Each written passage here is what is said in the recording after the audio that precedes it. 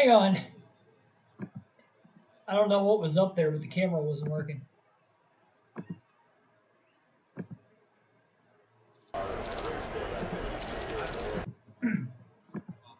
Oh, there I am.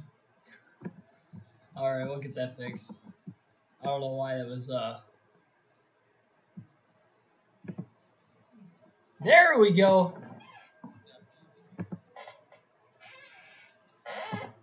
The funny things to happen while we are in the middle of a live stream. Or at least at the beginning of it. Give me a second to clear my throat, man. Thank you for everybody tuning in here tonight. Hopefully you're having a great 4th of July weekend. And, of course, it is the 4th of July. So we have not only the 4th of July, but I have my camouflage hat on. You know, I think that's a little patriotic. We got the Coca-Cola 600. That's a patriotic race, usually taking place on Memorial Day weekend. That's the next race for the career mode. And as you see right here, we got red, white, and blue printed all over the race car. This is going to be very, very long, but very spectacular at the same time. One of the crown jewel events, the Coca-Cola 600 on the NASCAR Heat 5 career mode. Excuse me for this chair being squeaky, by the way, too. I'm still in my hotel tonight. Just got back about an hour ago from Road America. I had to stop and get some souvenirs, not only on the way out of the racetrack. I was at the racetrack for a long time. Excuse me again. After the race today, because I went to the infield, was actually taking videos and stuff for the vlog for the Victory Lane celebration for Chase Elliott, and then it took him like almost a half hour to get there after the race because he had burnt the tires off the car and stuff, and they had to push him, and then he couldn't get to pit road. Then he didn't know where Victory Lane was at and how to get there, so it was like a half hour later, and then by the time that went down, traffic was pretty bad getting out of there, and I got to like a halfway point between the track and my hotel, and I had to stop at this cheese factory, bring some cheese home for the family. So I got that stocked up in the hotel room refrigerator right now. But thanks for everybody staying into this one. This is going to be a long race. But yeah, sorry for the East Coast people if this is going to be a long race tonight. Most of you guys probably have off tomorrow, work and school, etc. So why not stay up? This is going to be a fun one nonetheless. I'm staying up late. Granted, Central Time here, I'll get that extra hour, I guess, of sleep technically. But then I'm going to lose it on my drive back in the morning. So I guess that's a win-lose situation. Thanks for everybody, again, joining in. Already 7 people watching. Road to 1,000 subs. Road to becoming a NASCAR commentator as usual. Like, share, and subscribe. Now we're going to get into the race. Qualified dead last in this one. I actually backed out. I backed out because I qualified in the 31s. It was the only one with a 31-second lap time. And I was like, wait, this is legend difficulty because there's something wrong with the settings that, that why that was the case. And no, the settings were exactly where I left off. So I don't know why we were so slow exactly. We'll have to see if we can get to the bottom of that and maybe get to work on the race car. Eric Jones and Justin Haley will be starting at the back, so Schneider will be actually starting 38th despite qualifying last. And there it is, our patriotic red, white, blue paint scheme for the 4th of July and for the Coke 600 as well. So a little double whammy here tonight. Green flag is in the air. Joey Logano is going to lead the field to the green after starting on the pole. 400 laps, 600 miles of racing here at the Charlotte Motor Speedway.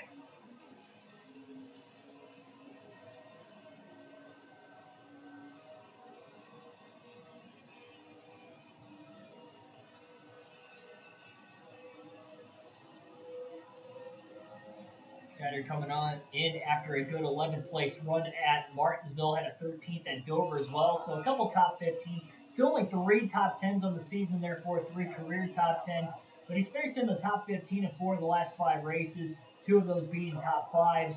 I think he's on the upward trend, if we do say. But we'll see now that we're back on a mile and a half. This has been his struggling point this year, has been on the mile and a halves. Big checkup down the back straightaway. Joey Logano leads lap 1 as we start this race in the daylight. We're going to end it in the nighttime sky. Boner, welcome to the stream.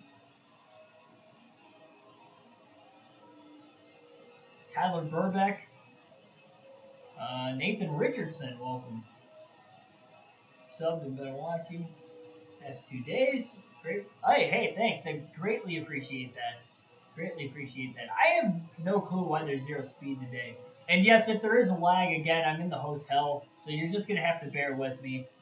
It might lag for like a little bit, and then it'll kind of kick back into full. I would have to assume. Let me hang on. This can help too. Let me plug my phone in. Some of it might have to do with the battery being low. I have to use my again. Sorry, I was at the racetrack today, so I'm kind of losing my voice a little bit. But that's not even the right. That's not the right plug. Give me a second to find my. Oh, it's right here. I just grabbed the wrong one. It's fine now. Yeah, I again, it's gonna kind of cut in and out. I'm in a hotel room just outside of Milwaukee, Wisconsin, because I was at Road America earlier today. So I'll be back home tomorrow for tomorrow night's stream. There we go. Should be good. Everything's plugged in, ready to go. I should have to pause. I don't want to pause it anymore. It's gonna be a long race as it is. Snyder's just hoping he's got a long run car. Maybe some strategy could play out over the 600-mile race. And if the lighting's not the greatest, again, I mean, it's where the TV's at. There's only so much lighting in here. Snyder just keeps overdriving turns 3 and 4, clipping the apron in the middle of the corner. That's not ideal. He's wanting to go full throttle as much as he can. He did make an upgrade on the aero department to an 85. So 85 on the engine, 85 on the aero now, still an 80 on the suspension. We're going to try to get that to 85 next. Michael Turner, welcome in. Ethan, welcome to the stream. Welcome everybody that I have not shouted out yet. Sorry if I missed you down below. How's the merch at Road America? So I actually never found where the merchandise trailers were, like for the drivers, like the driver haulers and stuff that go to every race. I did not find them anywhere. I was walking all over the infield, and I had seen during the race because I sat in turn 1. There was a Videotron there, and at one point, like on an overhead view of the racetrack, I could see them. I could see them on there, and I was like, okay, now what part of the racetrack is it? And I just never found them. As there was, I found like some of the other stuff, like how they have the show cars and everything. Like they had the Roush Fenway cars outside the Ford, Mustang and Ford tent. And I saw like those tents and stuff, but I didn't see like the actual like driver T-shirt haulers in the infield anywhere. And I would assume they're in the infield because the only other traditional road course I've been to a cup race for was Watkins Glen, and that's how it was set up. Indianapolis is set up the same way. These bigger tracks, they tend to have them like in the infield area of the racetrack. And I expect that they were probably there, considering that there was nothing but parking on the outside. We'll see. I don't know. I couldn't find it. I did see there was a really nice place that had like track merchandise, and there were some like tents set up too that were selling driver merchandise, but like the actual driver trailers that go to every race. If you've ever been to a NASCAR race, you'll know what I'm talking about. I could not find them at all today. If you were at Road America, let me know where it was. I mean, I can't go back now, but I have no clue where it was. And I got to the track right as round 1 of qualifying this morning was concluding. And right after I went to my seat for round 2, as soon as qualifying was done, I was walking around for like nearly 3 hours. I couldn't find it. I swear, I was trying so hard. Schneider overdrives 3 and 4. Again, didn't clip the apron that time, but was pushing up the racetrack a little bit. He's going to have to make some adjustments to this race car. It is not that fast, but it didn't look that fast at Martinsville. He was able to strategize himself into an 11th place finish last night.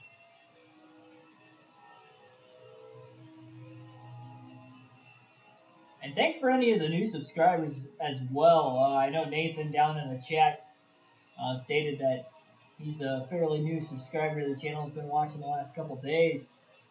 Enjoys the content and everything, which again I greatly appreciate. Old, new fans coming back. It's a lot of fun. Part of why I like doing these streams is not only doing a realistic broadcast in person in front of an audience, obviously, to get my uh, abilities progressed still at a relatively young age, but also, just getting to talk.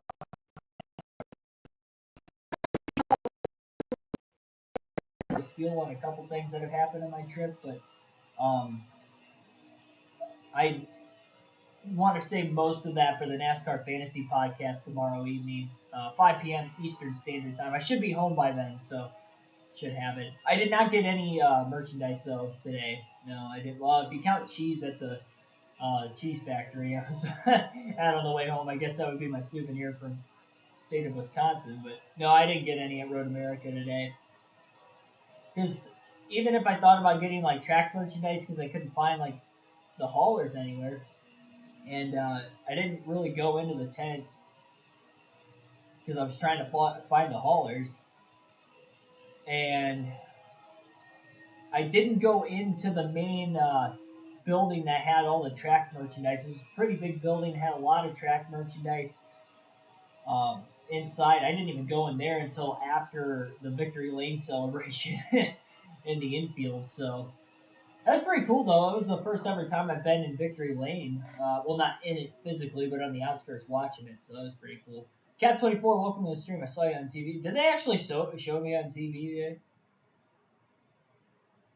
That'd be pretty cool if they did. That'd be pretty cool. Billy Kramer, welcome. And yes, happy Independence Day. Happy Late Canada Day, by the way, as well. Caution's out for the first time today at lap 14. Hopefully, it's not a sign of things to come. We've had a lot of races this season where we've seen a lot of cautions. Half around a wedge going to go into the race car here for Schneider. No other adjustments right now. They're going to add 5% more tape, topping off on fuel. Might as well pit when you're in dead last. It looks like most of the guys 29th on back are going to pit. The last 8 cars on the racetrack all hit pit road. Daniel Suarez must have had some damage.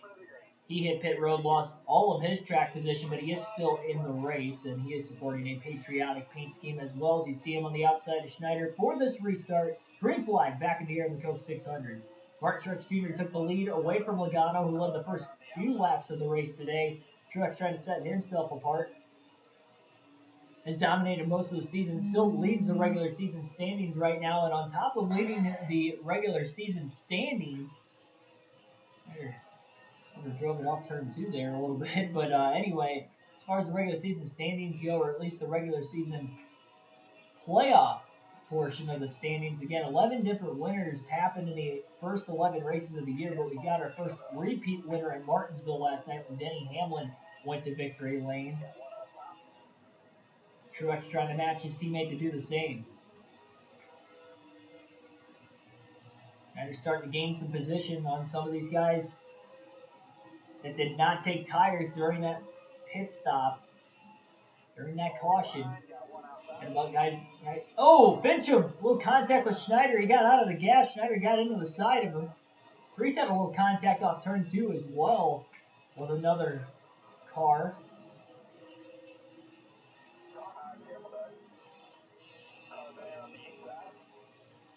Outside goes Fincham now. Schneider stuck in the middle lane. Ross Chastain's there. Look at Schneider muscling his way to the middle. He doesn't really have the engine power, but he still clears Chastain into 3. That was the main goal. Drives it deep into 3 and 4 now underneath Michael McDowell. Little contact, 3 wide. One of the tighter mile and a halfs on the circuit here in NASCAR. You're seeing that right now. These guys having a very difficult time even trying to go 3 wide off this restart.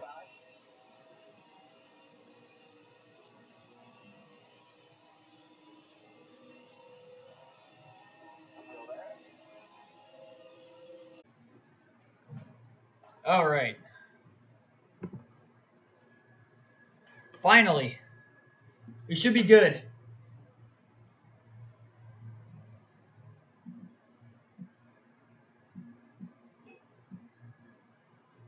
Let me know down in the chat if it's all right now. I finally got the hotel Wi-Fi to work so I could shut my hotspot off. Because the hotspot was working last night, but I used up all my data for it last night that I couldn't use it today. That was a bad area of the racetrack to pause it too. Contact with Joey Gase as he comes down the racetrack. Into Michael McDowell, a huge wreck off turn 4 at the back of the pack. That was a bad spot to pause it. I should have waited till the straightaway. I feel bad. Oh, man. Joey Gase just got cleaned out there. Not a lot of damage on the 99 car, but that was not ideal.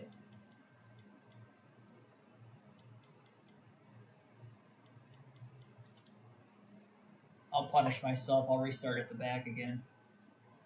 Even though it was my fault, but I paused it going into the corner. So when I unpaused it, I didn't know like how much throttle to give the car. So So as soon as I unpaused it, I was in the gas and it just took off up the racetrack. That was a terrible spot to pause it. I was scared of that when I did pause it initially too. Green flag back in the air. Truex still out in front. A couple other drivers topped off in pit. Most of them were involved in that accident. They were mainly just trying to repair damage, as you saw. It's already 2 cautions in the first 25 laps of the Coke 600 here tonight. Maybe make it for an even longer race, but we'll try to fight our way through it.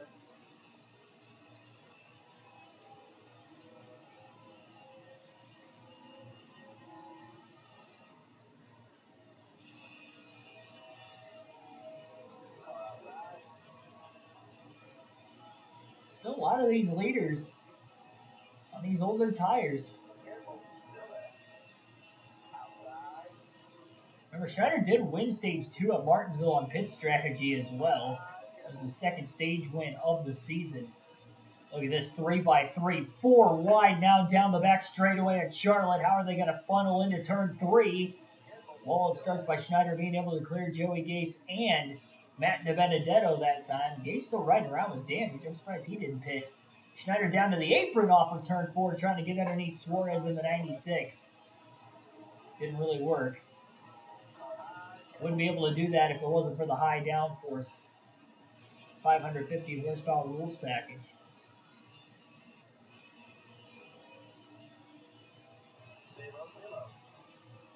5 p.m. Eastern Standard Time tomorrow. We always go 9 times out of 10, it's the day after the race at 5 p.m. So if it's a Saturday night, it'll be a Sunday afternoon at 5 p.m. Or if it's a Sunday race of any kind, then it'll be Monday. Or if it gets rained out to a Monday, then it'll be on Tuesday. So it's always the day after, for the post race at least.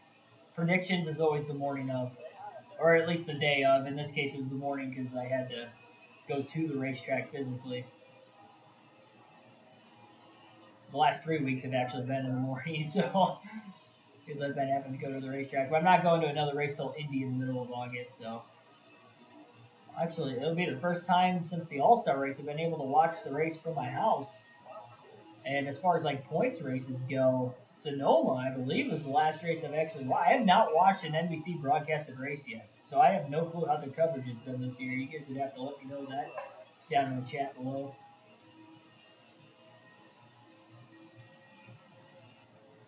I have zero clue.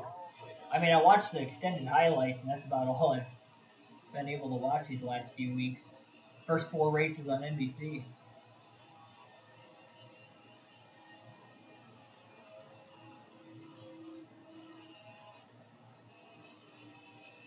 Never could find merch at Road America. It was in turn 5. Yeah, it was in the infield. And the only way to get into the infield that I know of, you would have had to walk. I don't know what side you parked at the racetrack, but you would have had to park at the main gate, walk through the main entrance. Right by the start-finish line, there was a tunnel to get to the infield, and that's where like all the track merchandise was and stuff like that. But I did not see the actual T-shirt haulers. But I know they were somewhere because I had seen them on the Jumbotron at one point. I just didn't know what part of the track they were at. Stenhouse got into the sucker hole there in the middle into 3. Schneider hooks that bottom lane. He's making headway. He's possibly going to get inside the top 20 now on these 14-lap pressure tires and all the drivers he's passing. It's making a difference here. Plus, remember, he did tighten the race car up a little bit as well. Put a half a round of wedge in it. Taped it off a little bit more as well. 5% more tape. Taking it to 40. Now 3 wide. Justin Haley was inside the top 20, having a good run. He got a little loose into the corner when Schneider took it 3 wide under him and Elliott. It's been a couple Cup Series races now, but let's try to get that like up to 15 to 20 like we were seeing at the start of the season on the Cup Series side of the career mode here. And we will be running the Kansas career mode race tomorrow after the NASCAR Fantasy Podcast. 3 wide into 3 and 4. Schneider drove it in deep underneath of the 20 of Eric Jones. The 1 of Kurt Busch clears them both. And look at Jimmy Johnson in the 48 low, or Ally Chevrolet, rather. Following Schneider's drive into the corner. Schneider drives it deep into 1 and 2 and holds it full throttle that time. And fresh tires are really nice to be able to do that. It also helps that he has only 85 on the engine power, so he's not carrying as much speed into the corner, allowing him to run full throttle more often than not. Cody Hicks Vivo, welcome to the stream. Chase, yeah, and by the way, for those of you that might be a Hendrick Motorsports fan, I think I'm Hendrick Motorsports' good luck. I've been to 21 NASCAR Cup Series races now after today. Chase Elliott has won 4 of them. Alex Bowman has won 3. And Kyle Larson has won 2 this year with Hendrick. So literally almost half the races I have seen in person, a Hendrick car has won. I haven't seen Byron win yet. And I didn't see Jimmy win at all when he was still racing. I only saw one race when Jeff Gordon was still in the 24 car. That would have been Michigan 2015, so he didn't win. Same with Dale Jr. I would have only saw him race once too, and he didn't win that race. There's side drafts. Ryan Newman on the outside makes the pass. Now cuts to the bottom and side drafts off the left rear corner panel to get around Alex Bowman. I could not get any connection at the racetrack, so I couldn't modify my lineup. So whatever my lineup was at the start of the race is what it was at the finish. I can't remember who was in my garage to start, but I really hope they had it. Actually, I think it was Cindric. I hope it was Cindric. I think I had Cindric in the garage. If I did, then I think I paid off all right. Some silence going on out there.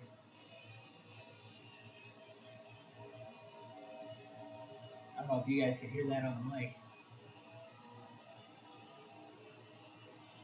I can check for you. All right, yeah, thanks. Yeah, I didn't check it when I got back. The only thing I did was eat some food, and when I was eating some food, I watched the extended highlights on YouTube. That was about it. It was a fun race. It was definitely a nice atmosphere seeing all those people there. 3 races in a row in the last 3 weekends. Nashville was sold out. There's a lot of people and a lot of camping at Pocono. A lot of people and a lot of camping here at Road America too. I found it pretty cool how you could like literally park right where the main entrance was and back your camper up right to the gate on the front straightaway. Like literally right against the fence you can park it. I found that pretty cool. I've never camped at a racetrack, but that'd be pretty cool. I thought turn 1 was a pretty good view. There wasn't the best view. I feel like is if you went into the infield. They had this like tower, and I don't know if you were allowed to stay up there all day. Cause there's a lady down below counting. I don't think there was more than 20 people up there because the rails kind of seemed a little unsturdy too. I'm not gonna lie, but you could actually see from like turn 5 area into 6, and then you could also see like the finishing corners. And you couldn't quite see the start-finish line because of that giant hill on the front stretch, but you could pretty much see like everything from there. And that looked like a pretty good like bird's eye view to watch the race, honestly. But I like trying to be as close to the start-finish line as possible. And the only reason I didn't sit on the start-finish line today, and I went down to turn 1 with the general admission, is because there was a Videotron in turn 1. There wasn't one on the main front stretch. Look at Schneider all of a sudden was running last early. pitted under the first yellow. We had another one after that, and look at side-drafting Legato now trying to take away the fifth position from him. He is charging through the field. Remember, the only crown jewel event we had this year, the Daytona 500, Schneider won in his Cup Series debut, made history. Imagine him winning another one. I do have to say, my neck is already getting stiff. And I think it was like from looking around at the racetrack and stuff too today. Because I'm having to look up on this TV, and I did it last night, and I thought I felt all right, but like right now, my neck is already killing me. It's only lap 42. I might have to like readjust. I might have to like turn the camera off and just like sit on the bed, honestly, because this is starting to get pretty painful pretty quick. I'm hoping I can like just like readjust myself enough that I can not have to like just look up.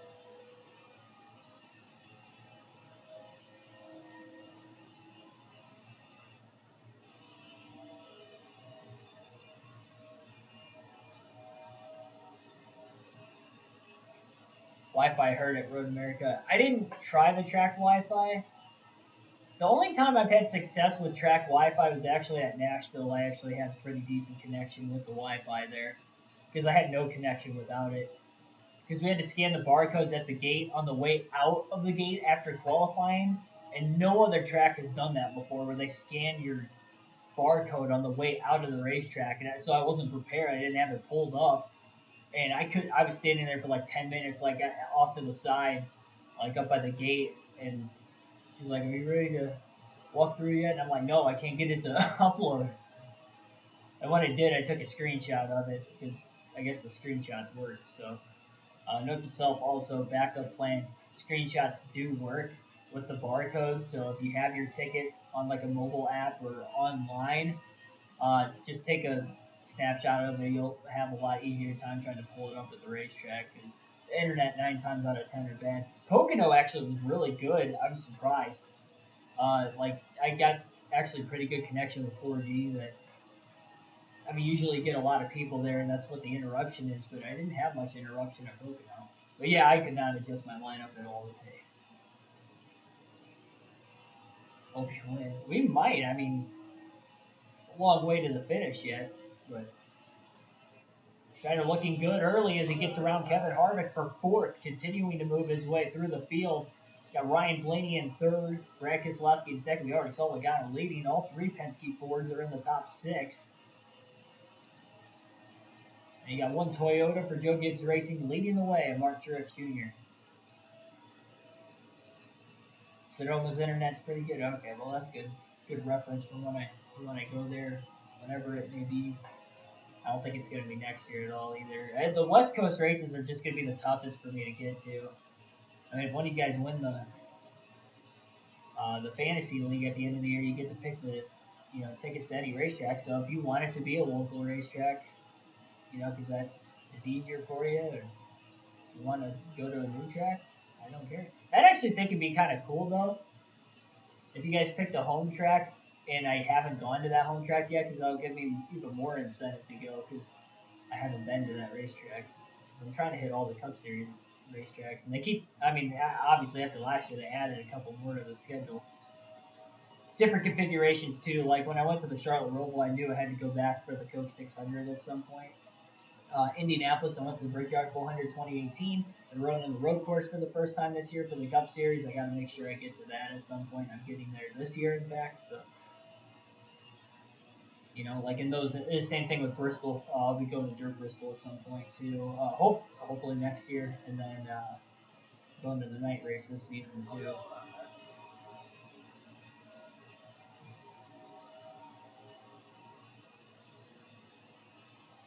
Might live there next year. That'd be cool if it was a championship race at Phoenix. I'd be down for that. I don't know how many more years Phoenix is going to have the championship. I feel like that would be the best time to go to Phoenix is while they have the championship. Well, Schneider has caught the second place car. Brad Keselowski down the back straightaway into turns 3 and 4. Clears him. And a crossover now by Brad to the inside off turn 4. Trying to get back to the left rear corner panel of Schneider's race car. And he's going to get there. Maybe a little bit more straightaway speed in the Penske Ford versus the Channel Racing Toyota. Schneider on the outside trying to go full throttle.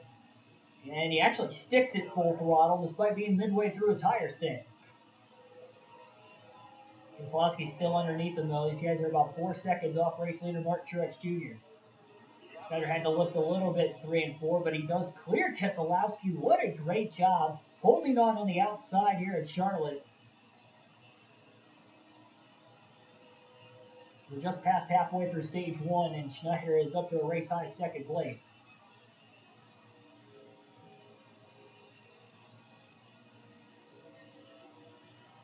Would pick Sonoma. He needs to go to Sonoma. I do have to go to Sonoma. I mean, I wasn't planning on going there next year, but yeah, if you win, obviously you get to pick. When will the 2022 schedule be out? They haven't officially announced it. There has been, like, I've noticed with tracks that I've been to recently, they have announced, like, oh, we're doing this again. Like, Road America today already announced that they will be back on the Cup Series schedule again next year because they were already, they announced it during the race, or before the race started, in fact. So when they announced it, you know, obviously it was going to go late this year or in the off season.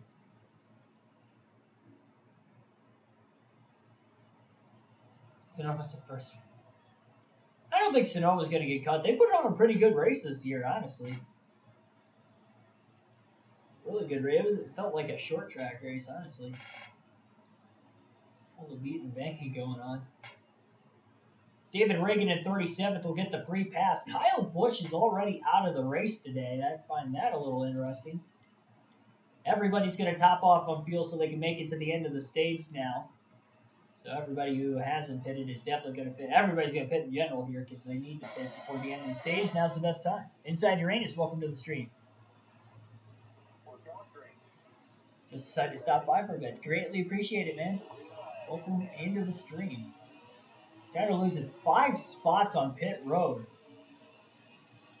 Has to restart in 7th. He went in 2nd place. But does anybody have anything for Truex? We've seen him dominate the Coke 600 before. We look back to 2016, especially when he led about 93% of the race.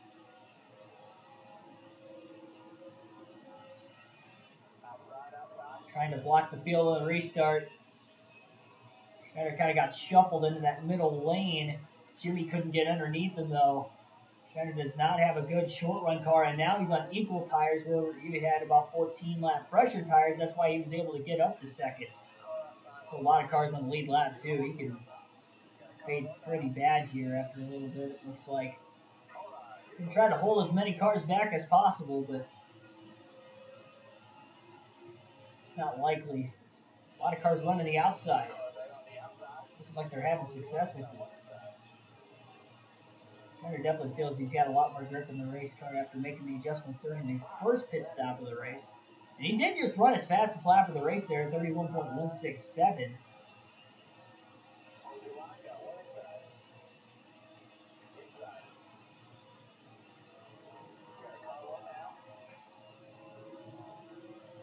Personally, not a fan of Sonoma or Coda. I wasn't a fan of NASCAR going to Coda, honestly. The turnout seemed to be all right. Ooh, contact with Bubba Wallace off of turn 4. I think the wall straightened him out because it looked like he was about wrecked. A little contact. Schneider got sandwiched 3 wide in the middle, and Wallace had nowhere to go on the outside. Got clipped in the left rear, and I think he was going to spin out if it wasn't for the tag of the wall with his right rear that straightened him out. But I feel like you do have to give him at least another chance. Especially with them having a rain race this year. You know, see what the racetrack looks like in the dry, which the only dry race that weekend was the Xfinity race. And, I mean, it was all right, but I didn't really find it too entertaining. I think most people can say that that was probably the least entertaining of the 3 races that weekend. But I'm all for a second chance, though, for sure. You can't just call it quits after the first race at a racetrack. Well, now that Schneider's got a little damage to the front bumper of his race car, he just got massively tight all of a sudden. And that is not a good thing, especially with this package. want to try not to lift as much as you possibly can.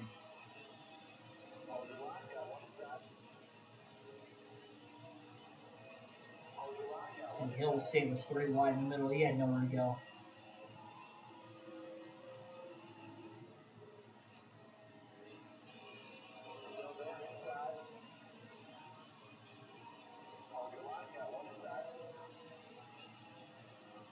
Yeah, only 6 races to go for that contest, too. It's coming to an end. Ends at the end of the regular season, but then there's another contest for the playoffs as well, so you get 2 chances to win. You have to beat me, though. You have to beat everybody in the league, not just me. Only one will win, and if I win, then I guess there isn't too much incentive into it.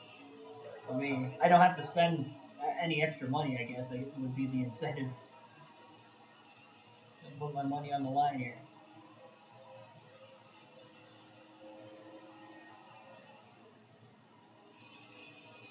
As far as like the rules of picking the race, just pick it during the off season. If it's going to be a race that's towards the start of next season, just make sure it's 2 months in advance. So that way, if I do have to fly, say if it is on the West Coast, because I'm not going to be able to take the time off of work to be able to drive there because it's going to take a few days.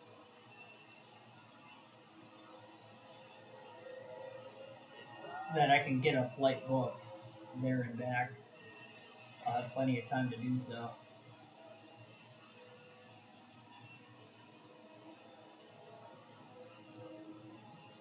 Trying to get this car synced in. Massive run down the back straightaway. But again, he's just really tight with the damage on the front bumper.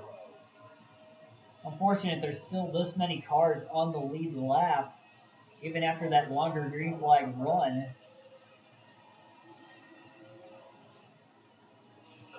Quite surprised Truex didn't lap more cars. And he had about a 4-second lead on second place at the time into the caution, which was Schneider.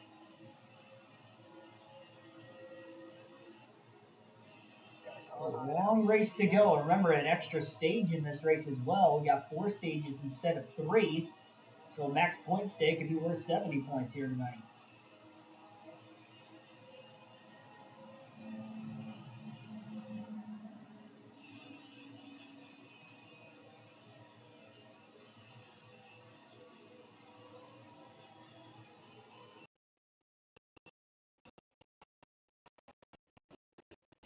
Taking by almost 50. Yeah, my fantasy team didn't have as good of a day. I might have had Cindric in the lineup. If I had him in there, that would have killed me.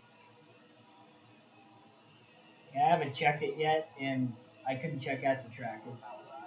I couldn't change my lineup in the middle of the race, so when Cindric had his problems, I was just hoping he was in my garage already because I couldn't really remember. I knew it was a risk to start him, too, and I didn't. I was like, do I put him in? Because I almost put Alex Bowman in, and Bowman was having a great day. He was in the top 5 until he got into Larson, and then he about had that tire go down, so he had to pit lane. So he ended up not with a great finish anyway, but even still. I think at the end of stage 1, I might have to turn the camera off and sit on the bed or something. My neck is killing me right now. I'm trying to tough it out, but we still got like 3/4 of the race to go yet. It wasn't like this last night, but I think it's just like 2 nights in a row of doing it and going to the racetrack today where I was constantly looking every which way. Austin Dillon ran into the side of Schneider off the exit of turn 2. Turn 4, rather.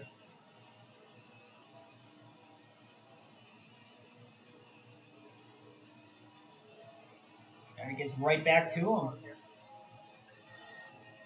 And back to the inside.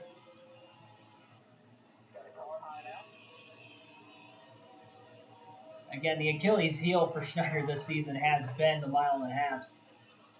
Made a move on Austin Dillon, cleared him back off turn 4. Now he's on the outside of Clint Howell in 29th.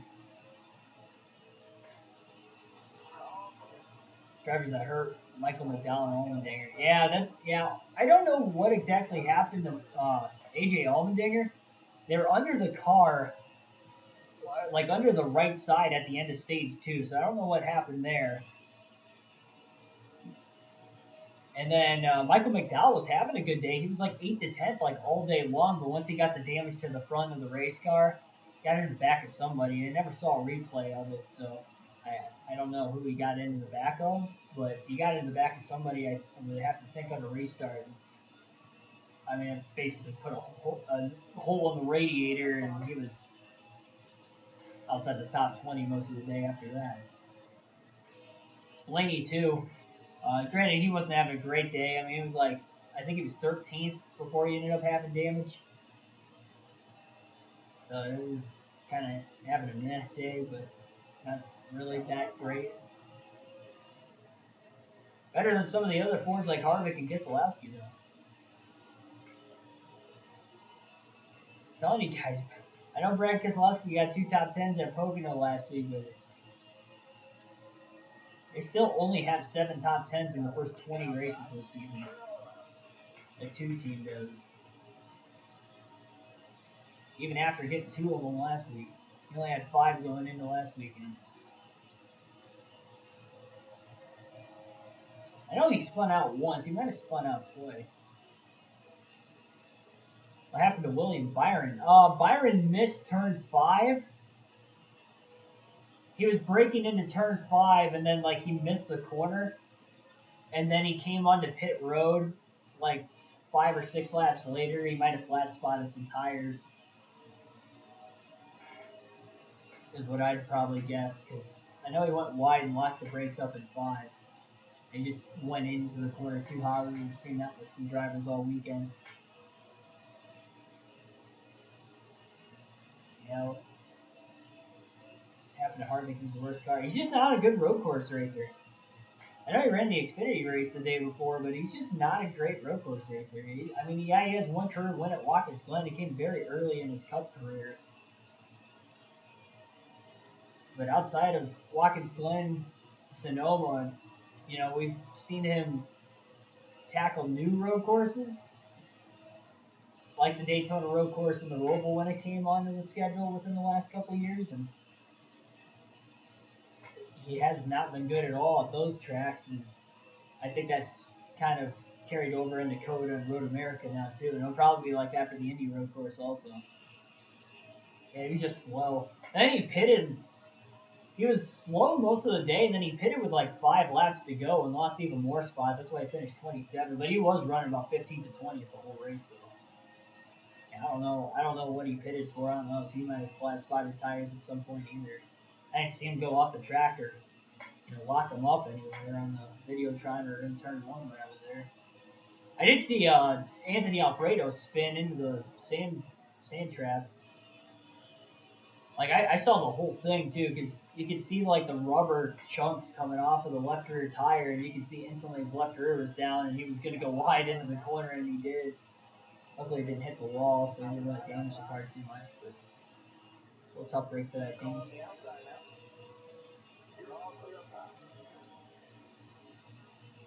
Austin Dillon just missed the top 10. Yeah, I haven't checked the full finishing order yet.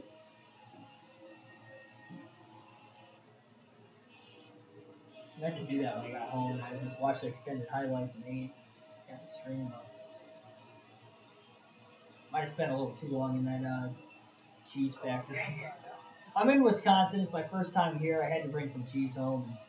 I know tomorrow morning, as soon as I get up, I'm just going to want to leave because I have a 6.5 hour drive home. So, and I'm losing an hour from Central Time to Eastern Time Zone. So, oh my bad. I wasn't paying attention to that. I was looking at the chat. The wall down the back straightaway. But even on a long run like this, so Schneider is still up to 23rd, and that was even with contact with Bubba Wallace on the restart. And made this car a little tighter with the damage to the front. Only 20 laps to go now in stage 1 here tonight in the Coke 600. Yeah, he's only good. And that's because he's got experience at the racetrack, really. I mean, if he had more, like if he had been racing at the Roval for longer than 3 years, if he had been racing at Road America and all these other road courses that have been just added on the schedule in the last couple of years at um, and again, that goes to a testament to how good of a road course racer really is Harvick. That he only has two, and it's because he's been racing there for over 20 years at those two tracks. Well, just now 20 years this year. 21 technically, yeah, 21 seasons. And he just cleared Tyler Reddick. Thought that was Jimmy Johnson in the all camo car for a second, but Tyler Reddick's got one here tonight too. I wish I could do a camo car. That would be up my alley. There isn't that much to offer in the NASCAR Heat 5 paint booths, so I can't really. Especially on the career mode, you're like extremely limited in the career mode. I thought this paint scheme turned out nice though. I think this is better than our primary scheme, honestly.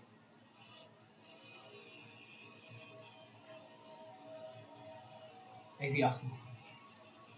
Chevy's just been fast this year, but yeah, that's his. What is that? His career best on a road course? Still zero top tens though, but he came close today. And he had a little contact with Corey LaJoie earlier in the race that maybe if he didn't have that contact, he could have gotten the top 10. But could have, would have, should have. Still made contact with him and didn't get the top 10s. Is what it is. You win some, you lose some. And in Austin Dillon's case on road courses, he always loses them.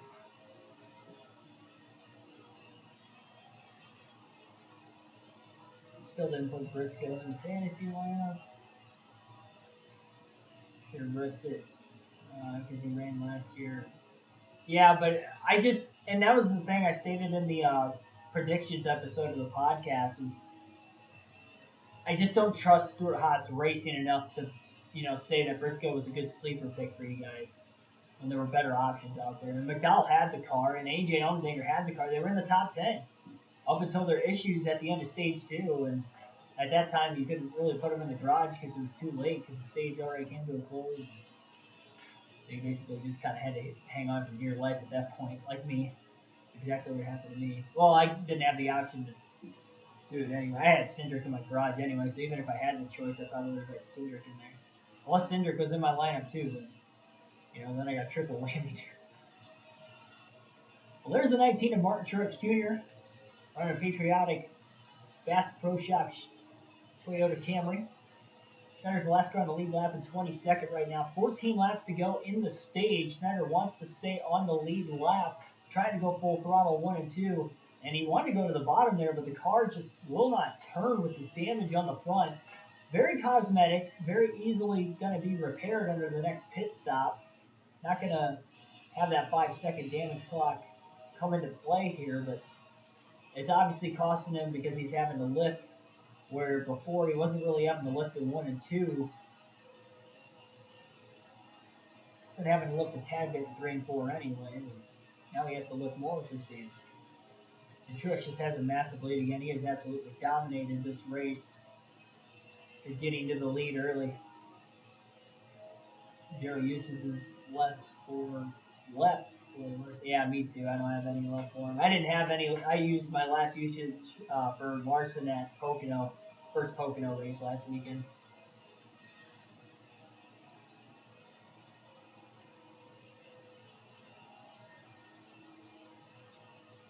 It might have been Nashville. Now that I think about it, I think it was Nashville because he had a near max points day, 59 out of 60. Schneider still got Truex behind him for the moment. Oh, he just overran 1 and 2. He does clear Christopher Bell, but now Truex has a massive run on the inside. Schneider just down low to block, and Truex might have gotten into the back of him.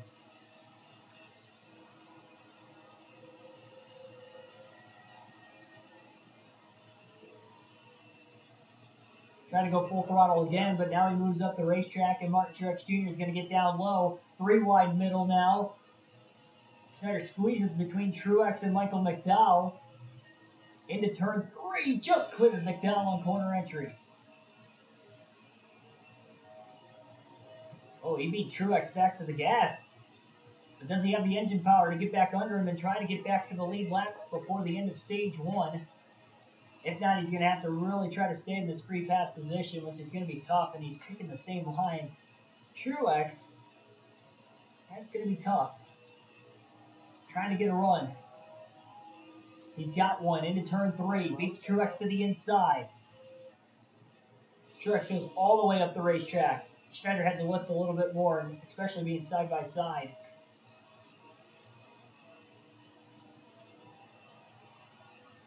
Clint Boyer, last car on the lead lap. He's trying to block the 19 of Truex. Not going to be able to do it there.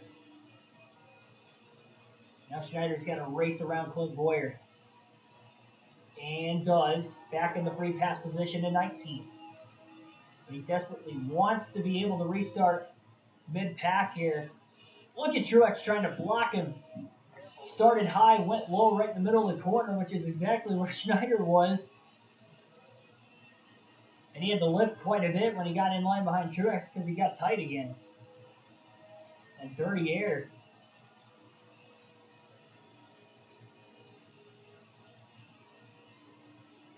Needs to get back to the 19 and put some pressure on him. It's a race within the race at this point. Race to try and get back on the lead lap. Schneider overdrove 3 and 4 a little bit. Still, yeah, I have 10 usages out of Cody Ware left too. And Quinn Health.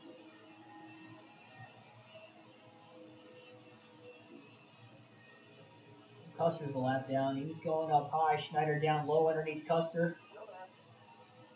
Ooh, slower car really checked Truex up down the back straightaway. That would have been Joey Gase in the 51.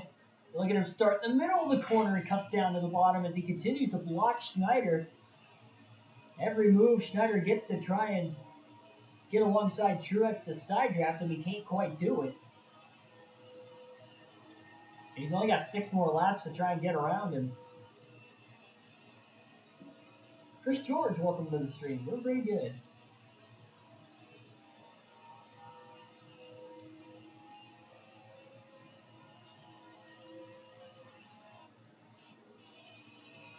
Truex up high, Schneider down low.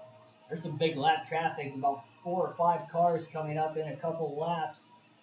Truex is going to get to. Schneider trying to take the lowest line possible there down the front stretch. He's doing whatever he can to minimize that gap. Now he runs the bottom. Didn't get tight that time. That was good. Oh, a little bit off the exit of the corner. Going all the way down low. Truex might try to block again. He couldn't do it. Schneider tries to go full throttle into 3 and 4. He gets into Truex. A little bit of contact. Just cannot hold full throttle with this tight race car, especially on 3 and 4 where he was almost handicapped to begin with in that corner. Heavy lap traffic going from the 19. Going to slow him up into turn 3. They're going to split Bobby Carter 3 wide into the corner. Schneider down low. Truex on the outside on Fincham. Schneider clear of Truex off turn 4. Black cars held him up enough.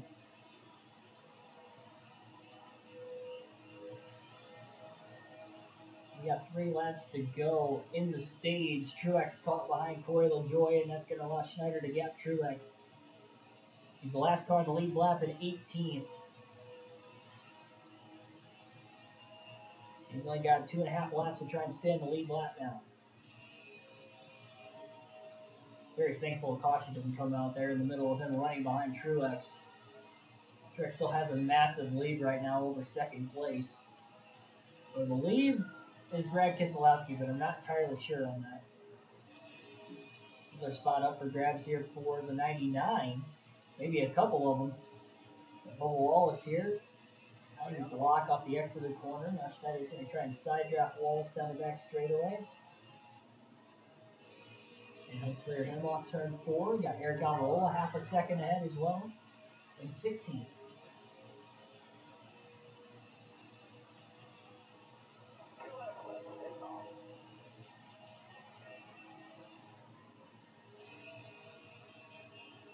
I think I still got like 4 usages for Blaney left this season, so it's not like I use them a whole lot either.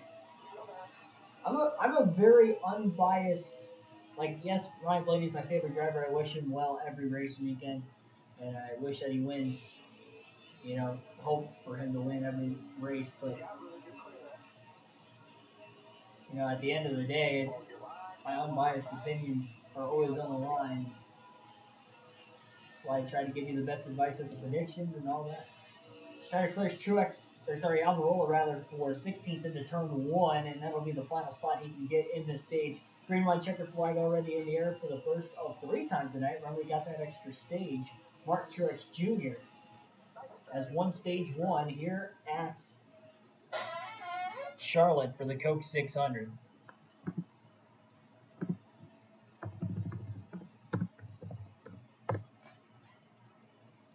And Bubba Wallace fell a lap down there at the end of the stage. He'll get the free pass at 18th. How about Jimmy Johnson running second place? Yeah, 3 seconds of damage after Wallace and Schneider made contact on the restart, but it's still repairable, and no further adjustments here for the 99 team.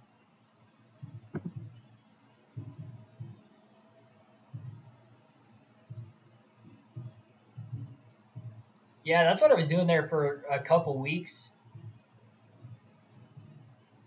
For a couple weeks, I was like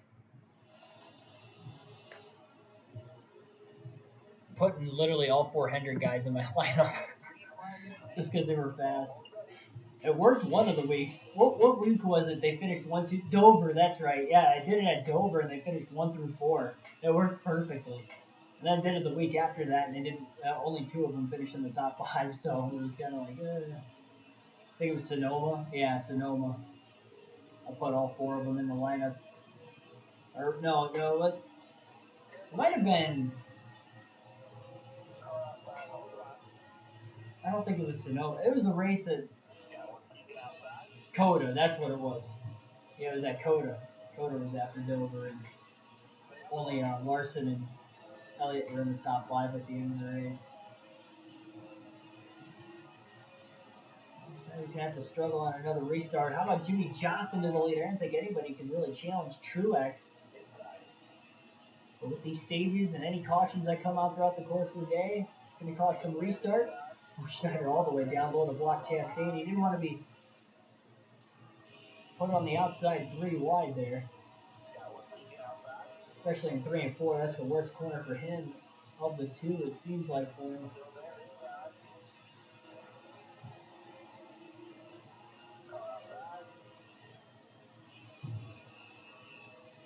You hear some loud crackling in the background. It's because there's fireworks going on, too. Somewhere around here. 4th of July.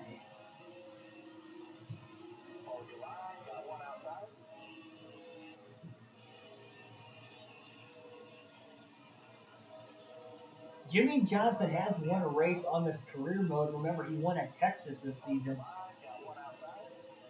So that would not be a new winner. Johnson could become just the 2nd driver to win multiple races this season.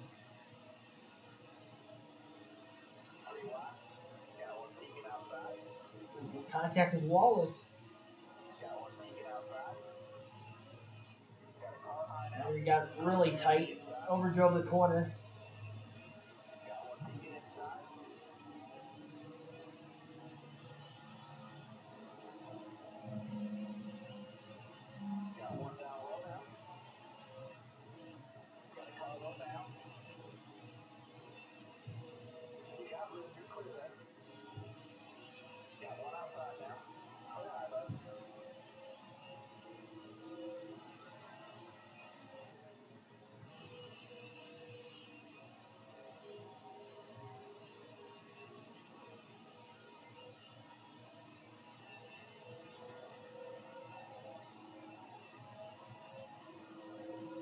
Yeah, I still got 3 usages left for Chase Elliott, which is good because there's 2 more road courses I can use him on, and then another oval for the end of the season. Probably won't use him at Daytona, so 5 races, and I could use him 3 times really.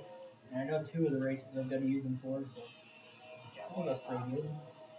At least I scored some massive bonus points picking him to win and Kyle Busch to be the top Toyota driver in that. Oh no, never mind. Bell. I forgot Bell finished 2nd. He got around. Dang it! Costing me 10 bonus points. Bell passing Busch in the last few laps. I forgot about that. My bad. By the way, on the predictions today, I was completely wrong. I was right on Truex, but I was completely wrong on Christopher Bell. I thought he would struggle like Truex, but I was right on the 19 team. Something's off with him as of late. I don't know what it is exactly, but they need to figure it out here pretty soon because playoffs are coming up pretty quickly. And at the beginning of the year, he was looking like a championship contender, and now he's looking like a round of 12 exit. Especially knowing his history at super speedways at Talladega being in that round. If he doesn't have a great run at Vegas or the Roval, he's in trouble. And he's been struggling on the road courses this year outside of Sonoma, so I wouldn't be surprised if the Roval doesn't work out for him too well either.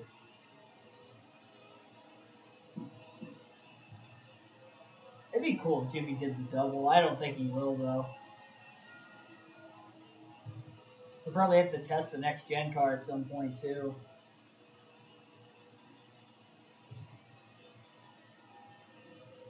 But it's definitely looking high that he's going to run the Indy 500, though.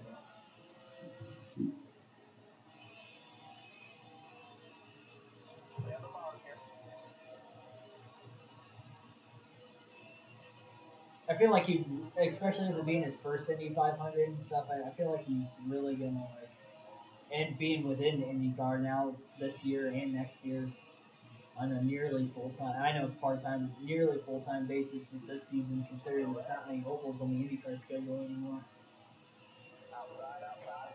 And I feel like he's taking it super, super seriously, as he should. And that he's not going to worry about NASCAR. I mean, he's been asked about, making a couple one-offs in the Cup Series this year, and he's turned it down because he's really trying to focus on his racing career outside of NASCAR right now.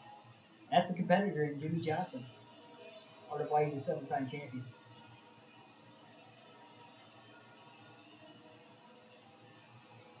I never used Chastain, but need to start to. I think I might have used him a couple times. I'd have to go back through and look at drivers who I haven't used yet, or have barely used, and be like, I wonder why I haven't used him. Like Bowman, I think I still have 6 starts for Bowman left. And I almost used him today, but I put Cindric in at the last second, and I went against my. Well, I didn't really have Bowman or Cindric on my predictions today, but I talked about Cindric briefly. I was a little hesitant on him because although he has ran well in the road courses, he's not getting the finishes. And even if it's not him, it's the team. And that happened today. He had a mechanical failure while leading. So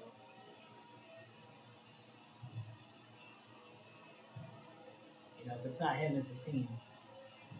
I don't trust it. I trust Penske, but I don't trust that 33 team specifically. I mean, you got to figure the best guys for the Cup Series, right? At least this season, are with those 3 Penske teams, and even with the Wood brothers, for instance, too. So, Cindric this year is basically getting the scraps at the bottom of the barrel for a race team every weekend when he runs in the Cup Series.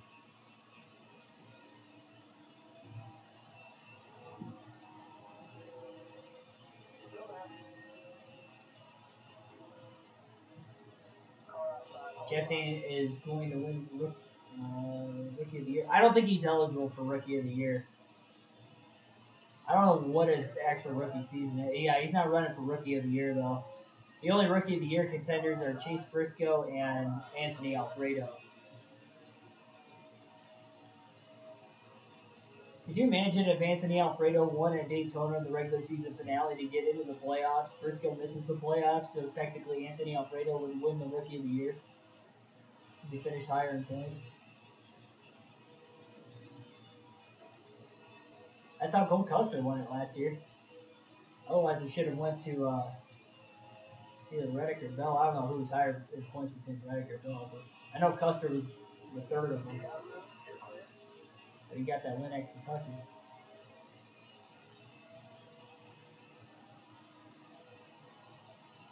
We've had 3 cautions for incidents so far tonight. If you are just tuning in to this Coke 600, NASCAR Heat 5 career mode.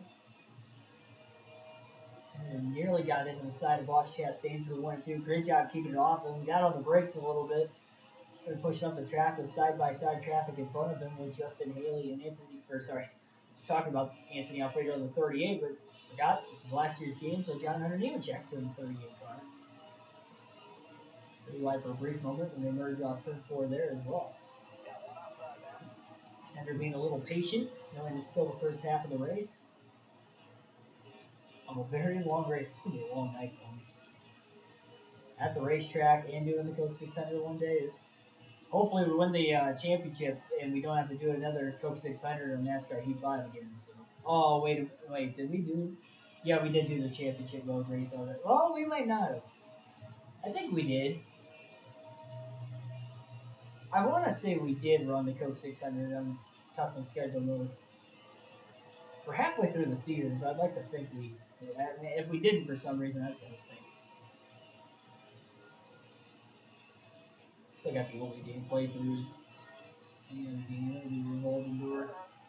I mean, I like the challenge and I like doing it, but on a night like tonight where I'm like crammed it in and it's just so long of a race, it's hard to make the time for it. Yeah, he's not a. I know he hasn't had rookie stripes on his car this season, so I forget what year was considered his rookie season. Because remember, he has been running full time uh, in the Cup Series for a while for backmarker teams, Premium Motorsports, Rickler Racing, those guys. So he has made a bunch of Cup starts already. But I don't know what year was his exact rookie of the year. I know it wasn't last year. I'd like to say it was either 2018 or 2019, but I'm not entirely sure.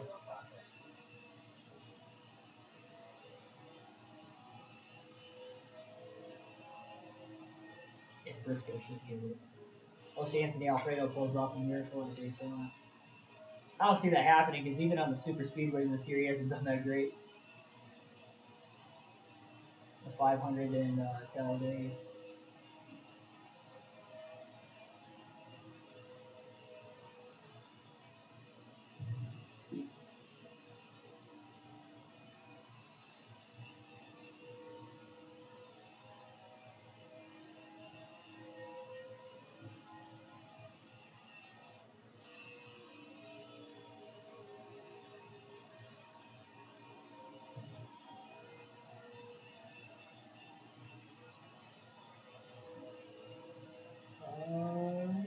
Reddick beat Bell last year. Gotcha.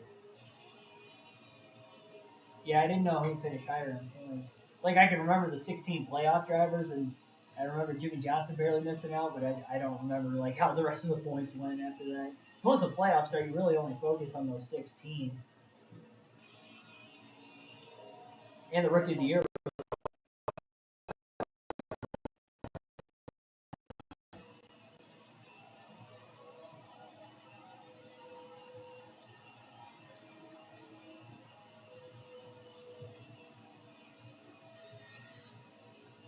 Well, maybe now Schneider's car gets better on the longer green flag run for whatever reason here in stage 2. Maybe he's just not keeping up at the racetrack. Doesn't seem to be happening now. Almost 25 laps into this green flag run, and Martin Truex Jr. is closing that gap. Yeah, kind of in a stage break, we have already had 4 cautions. This is the longest race of the season, so the more cautions, the longer the race is going to take.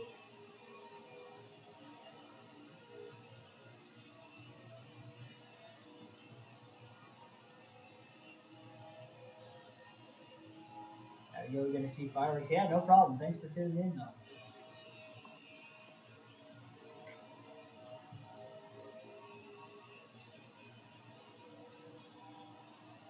Oh, Wilson, 17th, still about 9 seconds ahead of Schneider. Schneider is definitely the last car in the lead lap.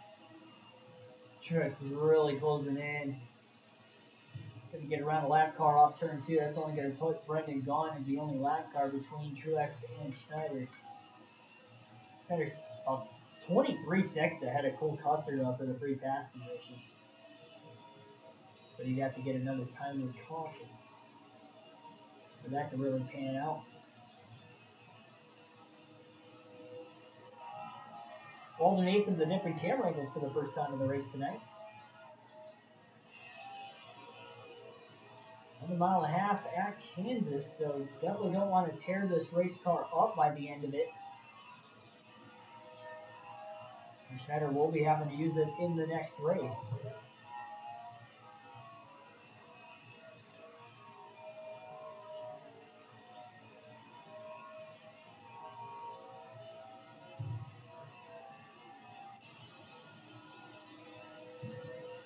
And Truex is right there behind Schneider into turn one. Schneider's car is not on the tight side like it was when he had that damage earlier. Truex up high, Schneider down low, pulls up and blocks. Saw Truex blocking Schneider aggressively at the end of the stage, trying to keep him a lap down, and now rolls a reverse. Schneider's going to block Truex heavily to try and stay in the lead lap.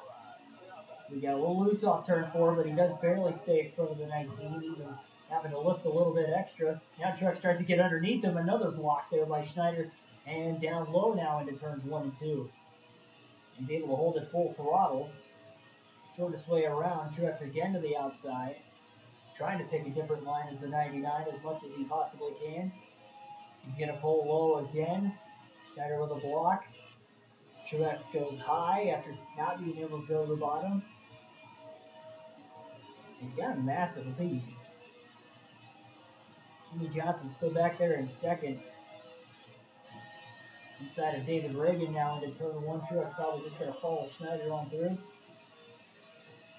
There's no lap cars anywhere in the vicinity of the 99 and the 19. They're going to have to settle this off 1-on-1. Oh, out of the groove a little bit.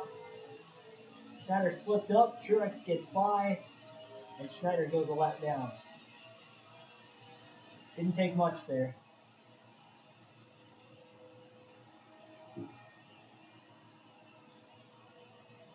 Try to battle him back and push hard to do it.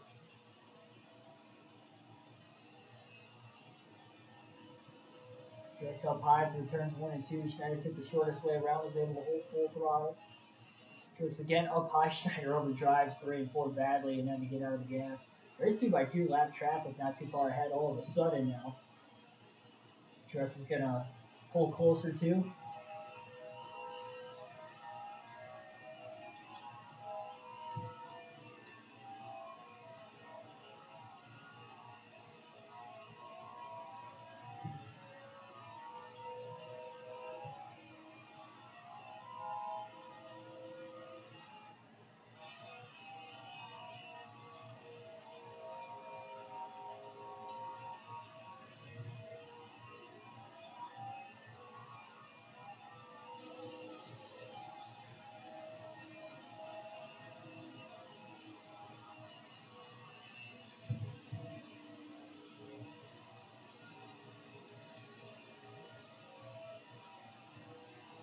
Schneider's definitely not going to stop pushing hard because he's a lap down. He's going to try to unlap himself on Truex. So if we get another caution, he'll be right back in the middle of the pack again. Trying to go full throttle through 3 and 4. Almost got into the wall. Pushing a tad too hard, but look at that heavy lap traffic in front of the 19 of Truex. Now is going to be the time for Schneider to gain ground. Full throttle through 1 and 2. He'll hold it this time. He's got a massive run on the 19 car. Truex cannot get around. He thought about taking it 3 wide and couldn't. Schneider to the back bumper of Truex now in the middle of 3 and 4. Slips underneath him off the exit of 4. Trying to take it 3 wide under the lap cars himself now. Tyler Reddick, Christopher Bell above him. Just clears Reddick into 1. But it's Truex on the outside now. Schneider just gets underneath Austin Dillon off the exit of the corner. Dillon slides up now. In front of Truex, so Christopher Bell. Schneider clears Dillon into turn 3, and that's going to be bonus as the 99 battles back to the lead lap again. There's that going on in this race is when Truex catches Schneider and passes him to put him a lap down, and then in the midst of lap traffic, Schneider again battles back. That's what he used to stay in the lead lap at the end of stage 1. Now midway through stage 2, he does the same thing again.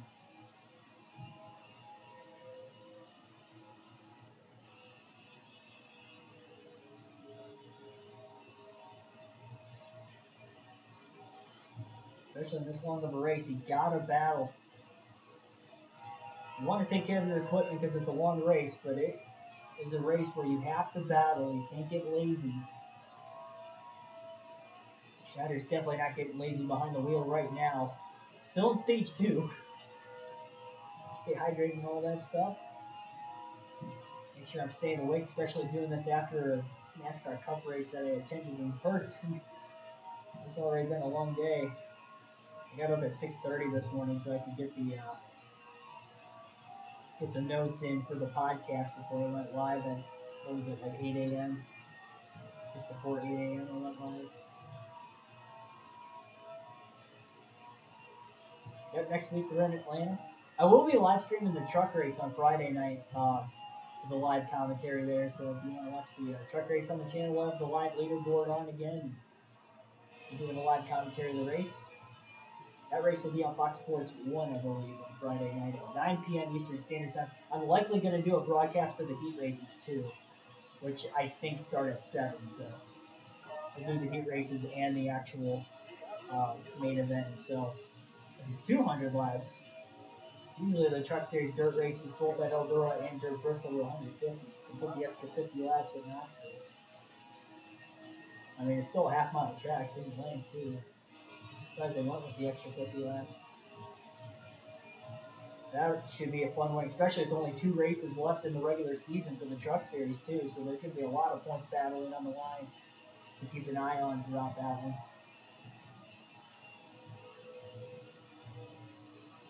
Custer's in danger of going 2 laps down here once Truex gets through. Schneider up high, got really loose off turn 2. He kept it off Truex, or Custer rather. Custer's still underneath him. Schneider on the outside into the corner. Custer trying to really side draft him on corner entry. But Schneider is clear off turn 4.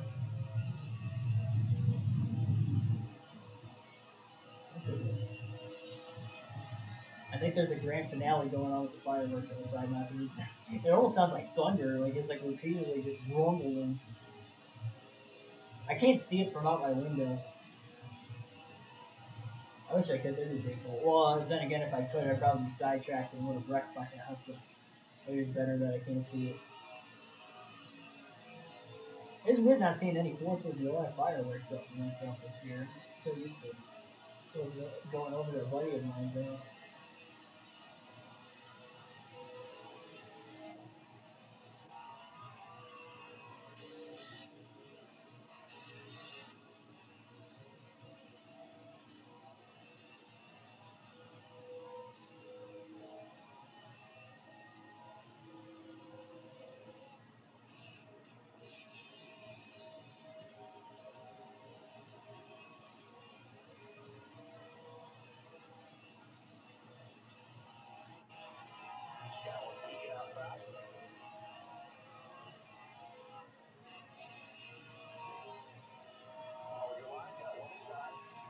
Pass for Stenhouse for 17s on the racetrack through turns 1 and 2. Ricky almost crossed him over, but Schneider's able to cut down the center of the corner to block him.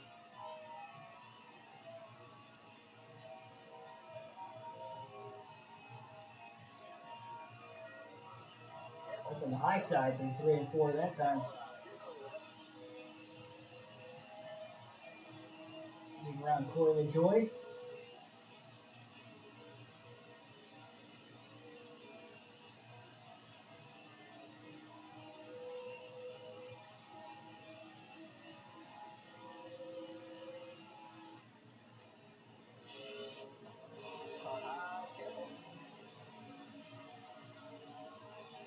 Yeah, something about that. I think they left a while back. Where is it supposed to be played this year? Oh, Colorado, never mind. I remember seeing that now. In line behind Timmy Hill and coming in hot.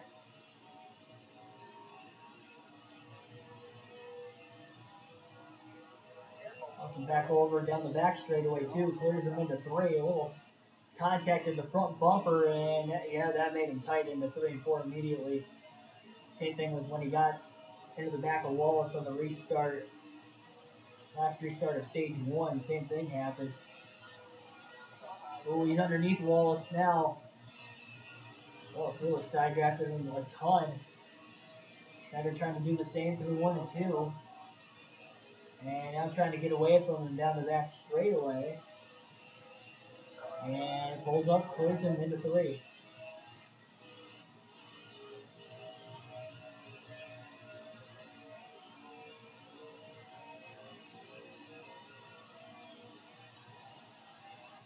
Truex starting to gain ground back on the 99.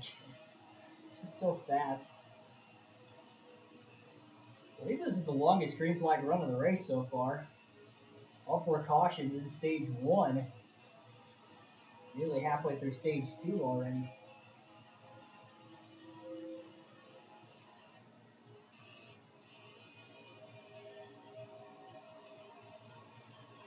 He's got a big run on Chase Elliott now down the front stretch as well.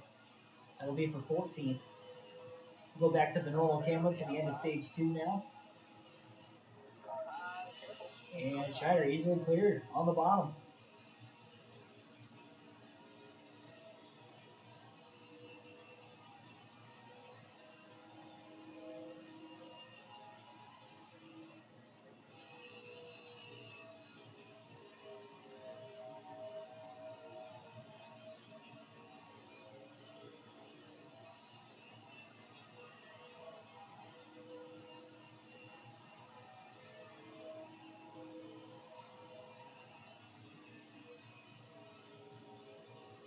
Yeah, but I think the COVID politics are completely different from what like the MLB All-Star Game pulled from Atlanta for. I think I could be wrong. I haven't looked too much into the MLB side of things, but I think the reason they pulled out was a lot different from when NASCAR pulled out from racing at Watkins Glen middle of the season last year.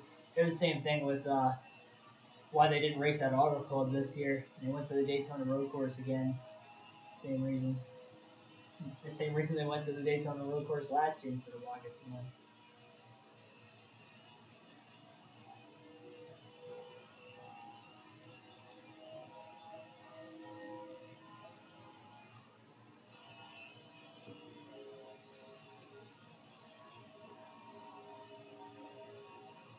Again, not too far away from pit stops.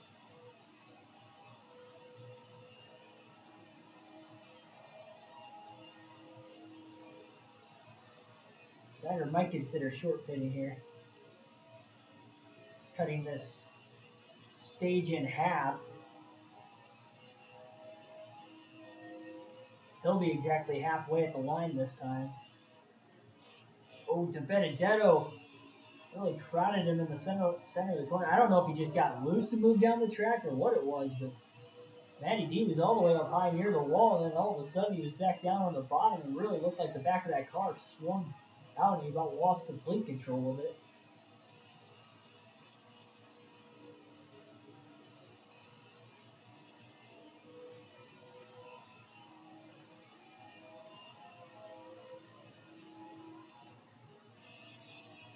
So 49 laps to go now in the stage. Schneider's going to hit pit road this time. 45 miles an hour is a pit road speed limit. Easily gets down in time. Carried a lot of speed doing it. Perfect. 4 fresh tires and a full tank of fuel. This is a risk short pitting here. Going to add 5% more tape to the race car. That is the only adjustment for this number 99 crew here.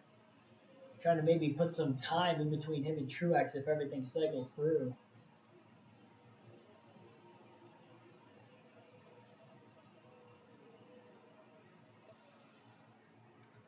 Production laws, yeah, that's what I thought it was. I don't know exactly, like, too much in the detail of what it is exactly, but, like, is it, like, state election laws or something, or is it, like on a national government? I honestly don't even know. Yep, 44 miles an hour. Very good job backing the car down. Not the fastest 4-tire stop, but the pit crew had an 85 overall.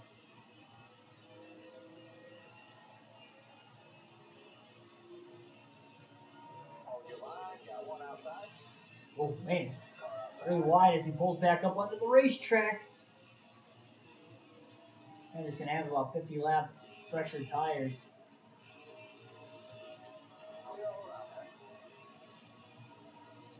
And Schneider not the only one to pit there. Looked like Ricky Stenhouse Jr. came to pit road as well. So Didn't see any smoke rolling out of the back of the 47. It's like somebody else is in the pits also. So Schneider not the only one to try and split this stage in about half.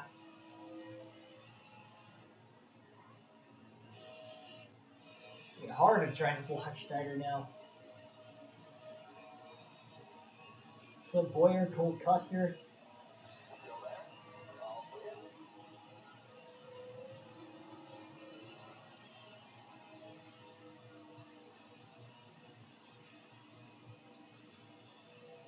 The massive run Schneider's got off in turn 2. My goodness. Hauling around Crease and Blaney.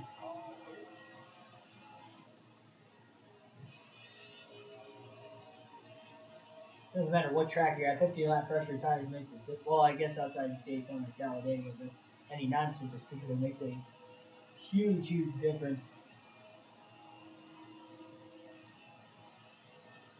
No matter how freshly paved the racetrack is.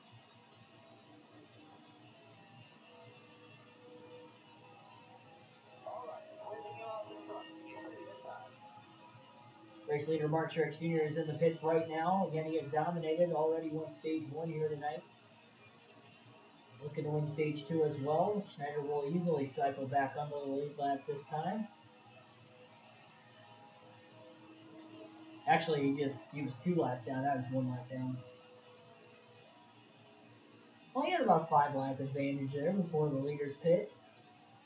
Denny Hamlin still on the racetrack.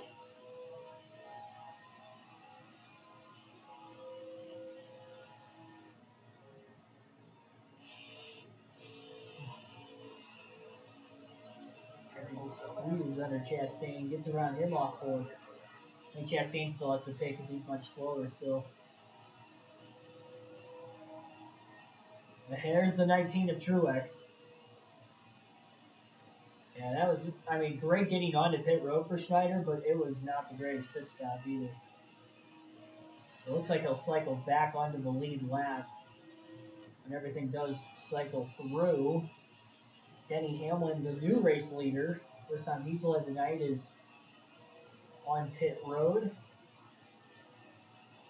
Schneider is now back on the lead lap.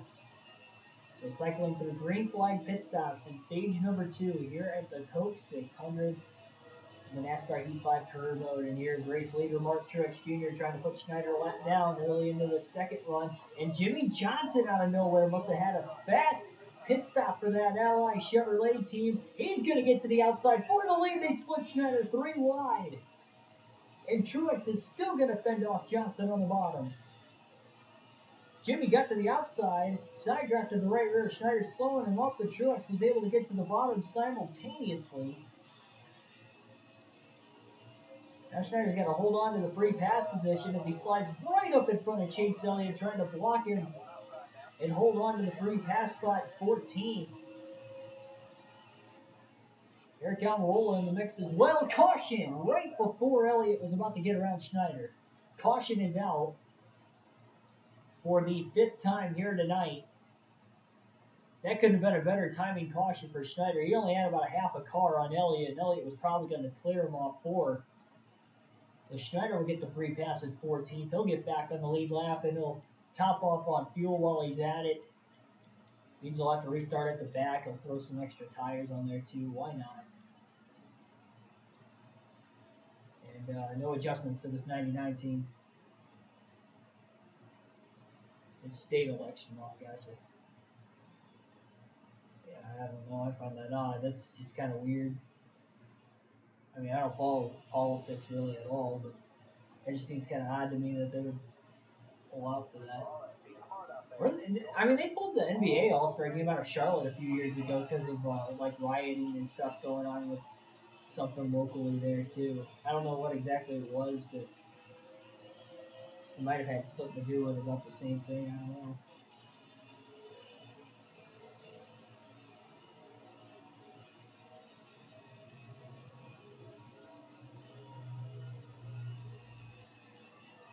Stenhouse pitted again too. 17th place car. Only about 5 lap pressure tires for Schneider right now versus the rest of the field. That is not going to do really anything here in Charlotte.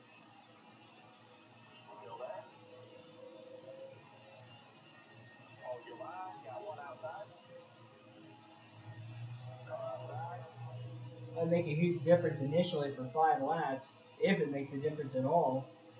And that would be about it. Brad Keselowski battling to the inside of Truex into 3 and 4 now for the lead. And he lead his first lap of the race.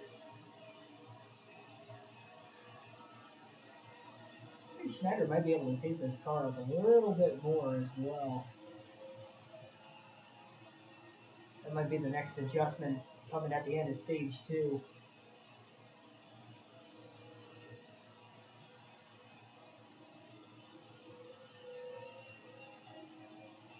Bathroom bill.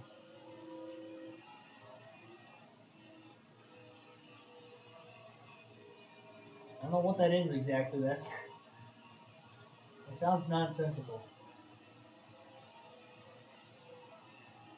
You have to pay to go to like a public restroom or something. If you have to pay to use a public restroom, I would say.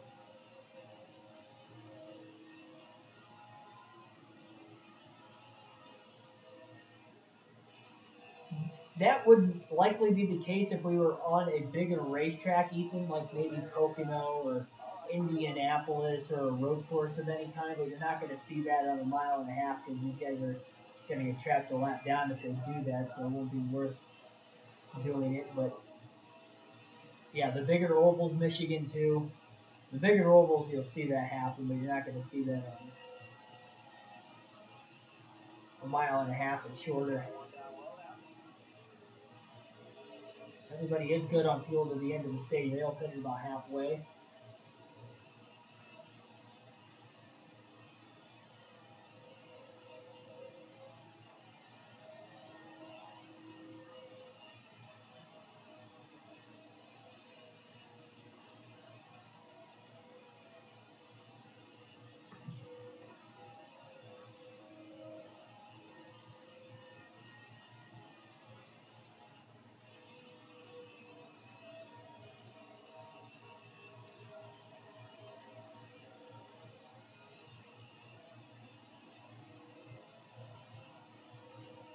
Oh, we got trouble in turn 1. Multiple cars spinning and wrecking. Timmy Hill and Chad Fincham go around. Nowhere for Schneider to go. And it looked like Bobby Carter, Days of Thunder action, just split the middle through the smoke. Schneider just jammed the brakes and had to go low to miss everything. That's the 3rd race in a row we've seen an accident happen right around or in front of Schneider. And I mean, it could have ended his day. He got on the brakes before the damage registered, but he still will pit to top off on fuel again and put even fresher tires on the race car. He'll throw 50% more tape on, will be the only adjustment as well. And Bubba Wallace in 14th will get the free pass. Newman, by the way, got the free pass under Schneider got it in the last caution, so never mind. But Wallace gets it this time. And green flag back in the air. And Schneider's just spun the tires on the restart. Odd that he had fresh tires and spun them. Oh, and Bell got caught behind him getting into turn 3. Schneider finally up to 4th gear in the middle of 1 and 2. Trying to hold these guys behind him for him to get up to speed here, and he's taking a lot longer doing so. Now he's got about 10 lap pressure tires, and that was, by the way, our 6th caution of the race and our 2nd of stage 2. Most we've had this season in a single race was 16 at Richmond, and the most we've ever had in any race in any NASCAR video game on the channel would be 17 at Talladega in the NASCAR Heat 5 career mode. Or sorry, not the career mode, but in a NASCAR Heat 5 Cup Series full race.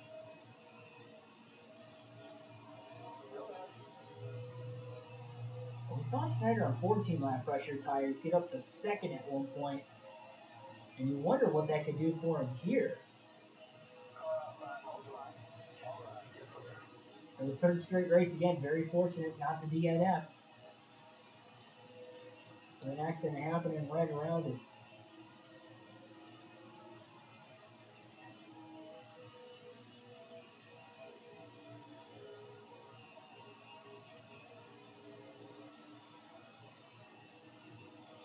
This could get Schneider some stage points considering he is in 13th, and he didn't have to restart behind all these cars either because he didn't have to get the free pass that time.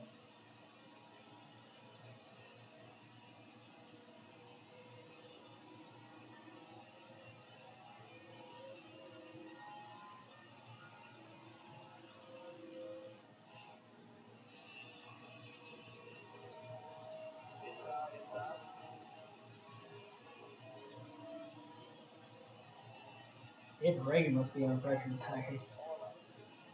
Blue right around Schneider. Equal fresh tires, Schneider not as good, but you always got to take fresher tires compared to everybody else when you get the opportunity, especially the opportunity Schneider had with that last caution. Nothing to lose. And I can definitely see him finishing in the top 10 and getting some sort of stage points if it goes green to the end of the stage. They're still 2 or 3 wide further back in the pack. And that's where that last caution came going into turn 1. We had 2 cars wrecking. Truex has battled back to the lead on another restart here today at Charlotte.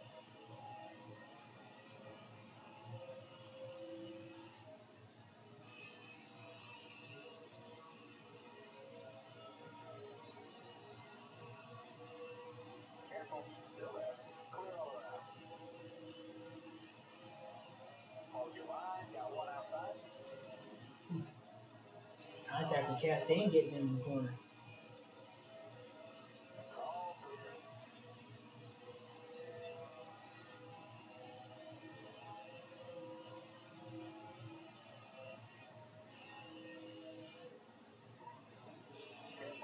Into the side of Chris Buescher didn't really work either. Oh, Boyer squeezes 3 wide after the contact with the 17 and the 99. He just threw himself into there. Really knocked that 99 car out of shape off turn 4.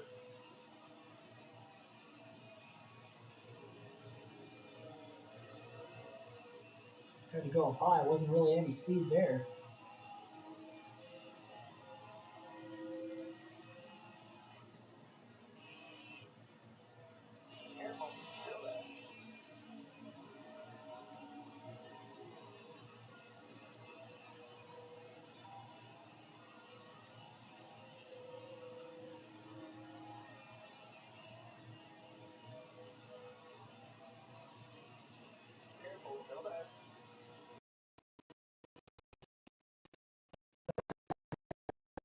Play.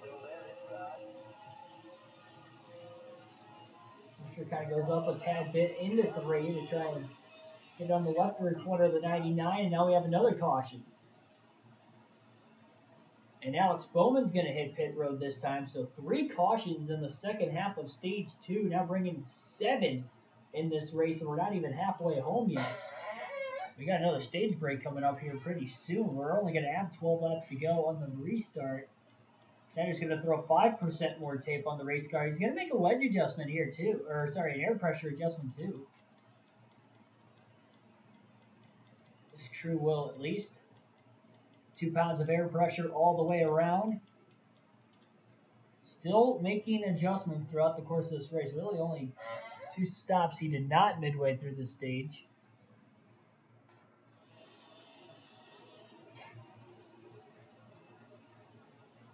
Bowman must have had some damage with that last accident. Schneider wins the race off pit road between the 2 of them, and they're going to try to race each other through this pack of race cars now on another late stage restart. 12 to go in stage 2 for Martin Truex Jr. Bowman and Schneider on fresher tires, and Schneider did not spin the tires this time. And he gets a good enough of a launch to clear Bowman off turn 2 as well. That'll help.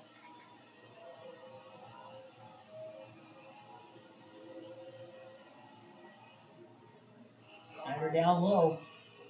Bowman up high behind Wallace. Nowhere to go for him. 3 wide under Chastain and Newman now down the front stretch for Keegan Schneider is trying to get inside the top 10 and get himself some stage points. Late stage cautions are definitely panning out for him. Oh, Kenseth is almost in the wall. Schneider tries to block him, and he's finally clear off turn 2. Bowman, though, challenges to the inside. Schneider trying to side draft David Reagan down the back straightaway. Still side drafts him in 3 and 4. Newman inside of Kurt Busch. Truex still out in front of the field. Another big side draft there for Schneider on Reagan. And he is stuck behind Kurt Busch now down the front stretch. 10 laps to go in the stage.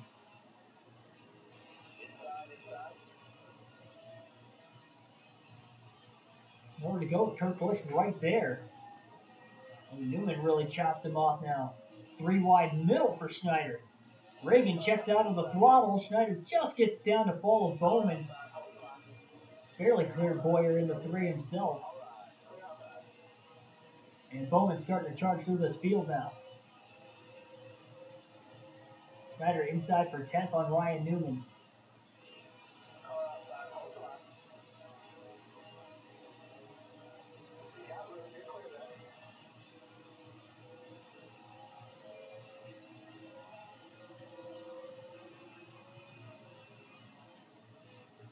Bowman stuck on the outside. He's got side-by-side traffic in front of him. Brad Keselowski and Eric Jones.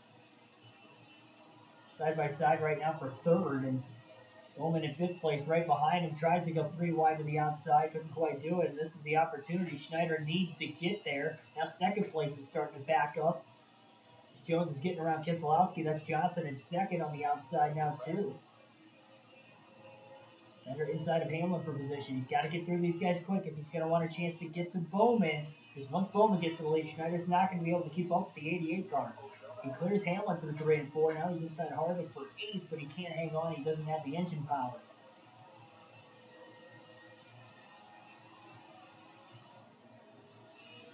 Now Bowman went 3 wide to the outside through 1 and 2, and he's up to 2nd off of turn 2. And Truex could be a sitting duck here before long.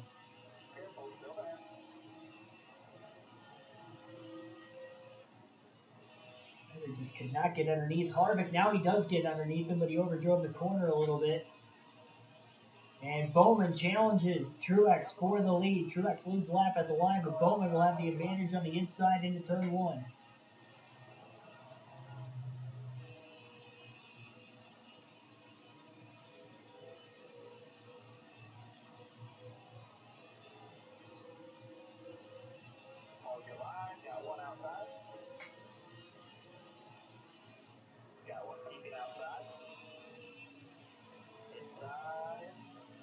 Just cannot clear the 4 of Harvick right now.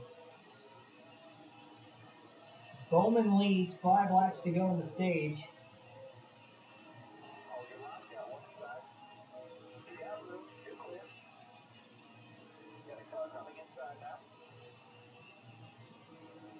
Try it again on the 4 of Harvick.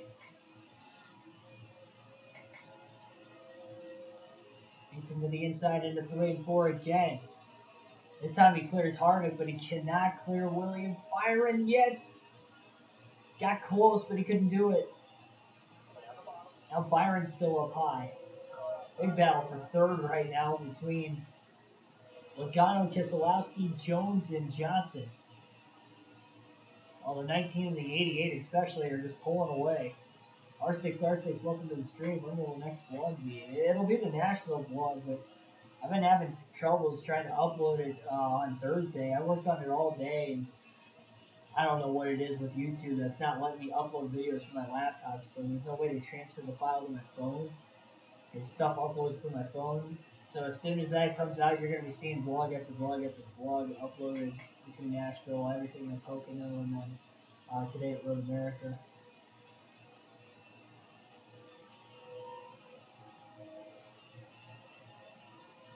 Couldn't get it fixed this weekend too because I was on the road. Still am, obviously. Still in my hotel in Milwaukee, Wisconsin.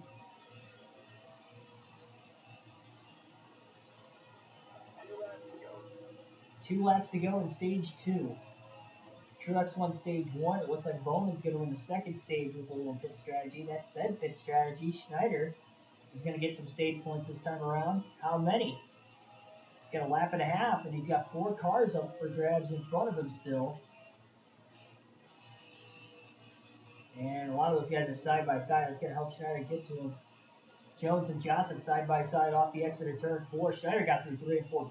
Beautiful. Probably the best he's gotten through 3 and 4 all day. Now he's on the inside of Logano for 5th after passing Keselowski down the front stretch. Now he's got to run inside of Jimmy Johnson. Jones finally clears Johnson off turn 2. He's trying to block the 99 now. Schneider gets underneath, and he's side by side looking for 3rd. Launches in the center of the corner and clears Jones off turn 4. 4 cars passed and about a lap and a half. Alex Bowman wins stage 2, but Schneider brings it home in 3rd. That's successful. I did go to the race myself. I actually, the last few weeks, have been going to the racetrack myself. I should have somebody with me when I go to Indy. I haven't bought the tickets yet, but I think Indy and Michigan are the only 2 tickets I still have to buy. I already got Martinsville and Bristol paid for, and all the other races I went to, I paid for that back in like March or prior to that. All right, pit stops at the end of the stage here. Chase Elliott gets free pass at 16th.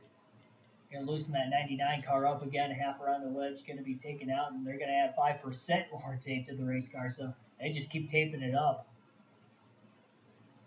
Trying to get more heat into the engine.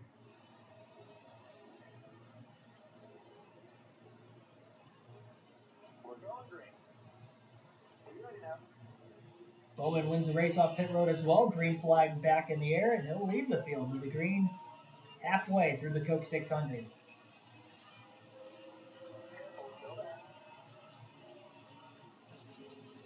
Already 8 cautions, 4 on each stage. It's still 2 more to go. Again, this is a 4-stage race, not 3. So we are still racing for stage points here in stage 3 tonight. Thought Byron was going to take it 3 wide for a second to the inside. He didn't, though. Big block on Newman to the outside off of turn 4. Now down low to block Kurt Busch.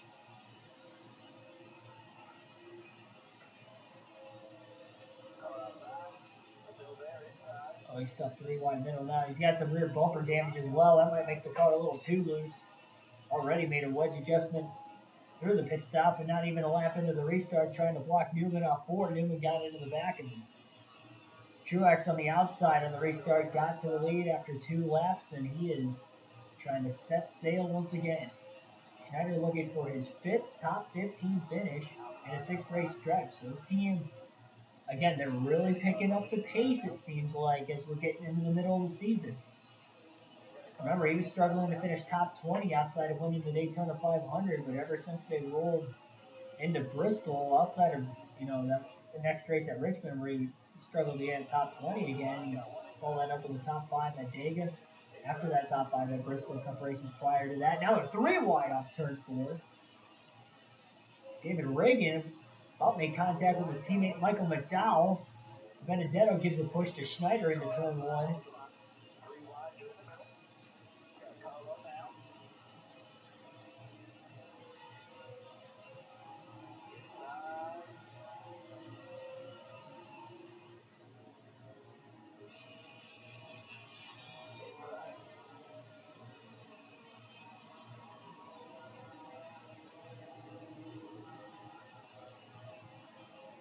Trouble, turn 1, big accident, Ryan Newman dead, head-on into the wall. Christopher Bell went sliding into the infield. I believe Boyer did as well. There's a couple other cars involved, and Schneider, again, had nowhere to go. That was a lot bigger than the accident we saw earlier getting into turn 1. And again, he just had to jam the brakes, and that time there was literally nowhere for all those cars to go. Free pass to Eric Almirola.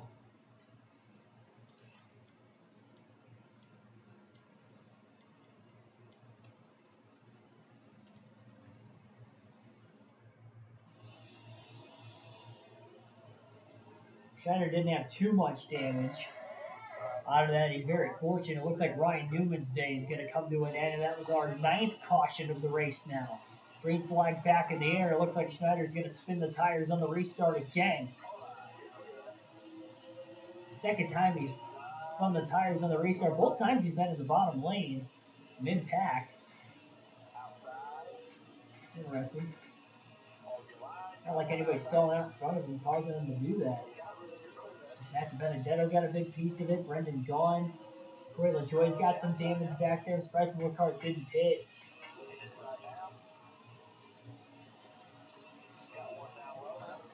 Contact with Austin Dillon there.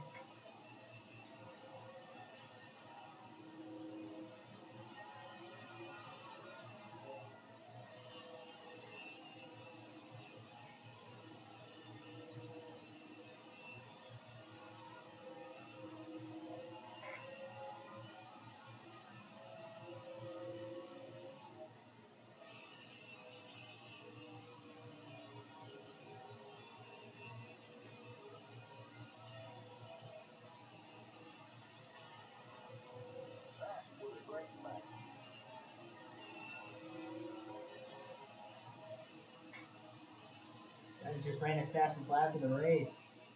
31.067. Again, you'd have to assume that the adjustments that have been made are slowly working for him, that he continues to just kind of run faster and faster on these shorter runs. A little more stable through 3 and 4 that time, plus the track is cooling off, I would have to assume, now that we're into the nighttime sky. Where in the first stage we're in complete daylight, then almost like a dusk, where the nighttime sky was starting to roll in stage 2, but now by the time stage 3 started, it's total darkness for the second half of this race.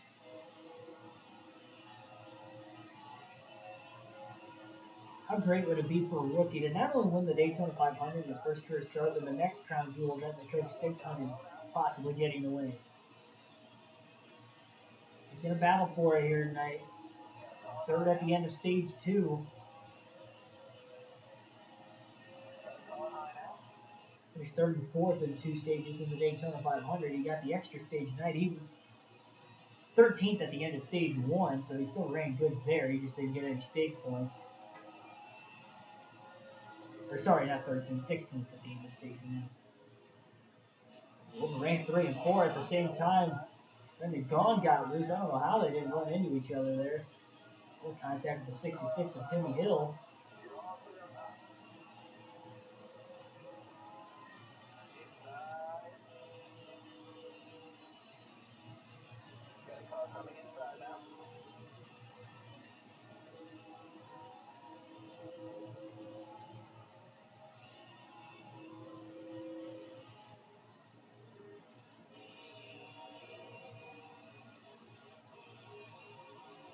Three wide up high. Timmy Hill into the sucker hole there into the middle. So the only way Schneider was going to get around him, he was checking up a lot down the back straightaway and then into 3, too, with Hill in front of him. So he desperately wanted to get around him. Oh, Bobby Carter just about blocked Schneider into the outside wall down the back straightaway now.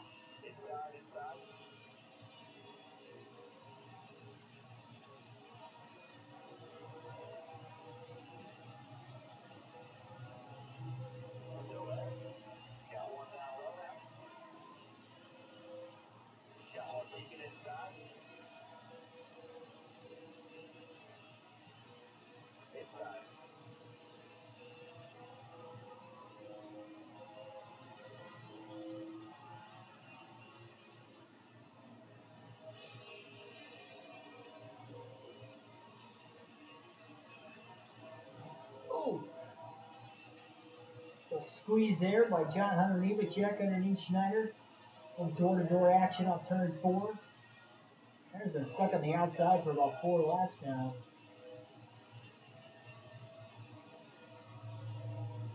Side draft to the 38 to stay alongside of him still. As he continues to battle up high. Ryan Priest swiped all the way in front of him. Got Schneider into the middle, and he had to get out of the gas before we were going to end up having another wreck.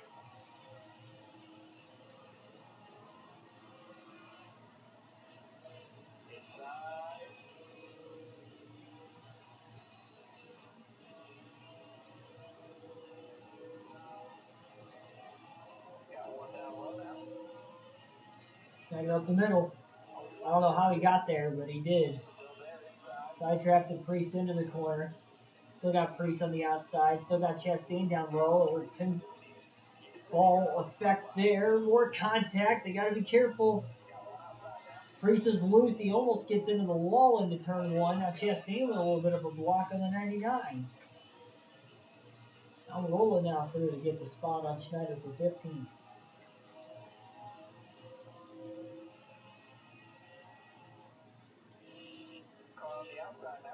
Three wide down low, and he gets into the 38 there also.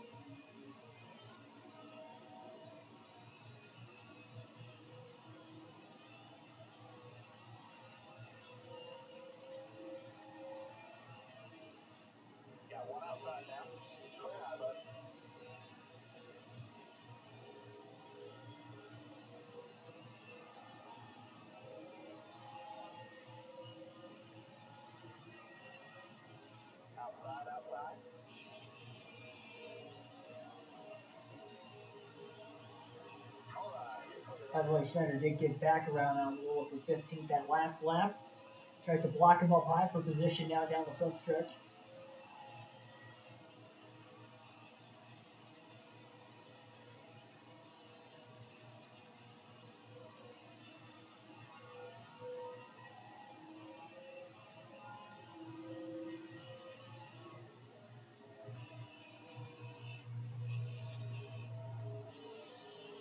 Contact with Brendan Gaughan.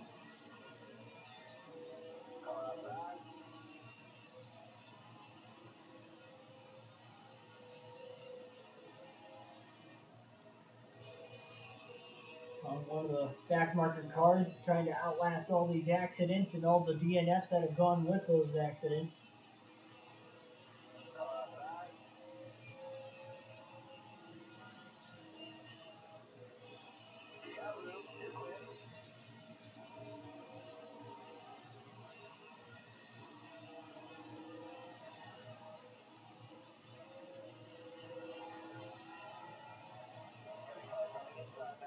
Almirola beats Schneider to the inside through 1 and 2. Clears him in the middle of the corner.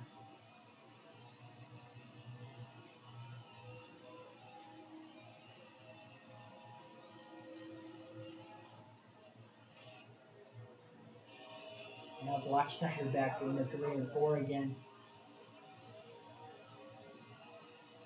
And Schneider's going to make the move. Oh, clip of the AstroTurf didn't help there.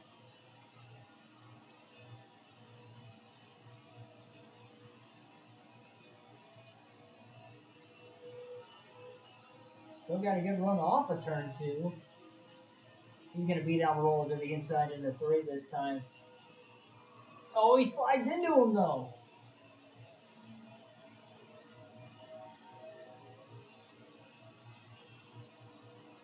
Look at the momentum Schneider lost with not being able to complete that pass. Plus the contact. Let's go full throttle through 1 and 2 and try to get him back again.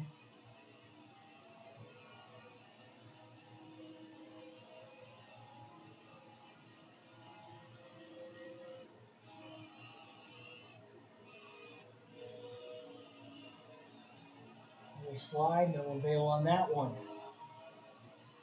What's in line behind him?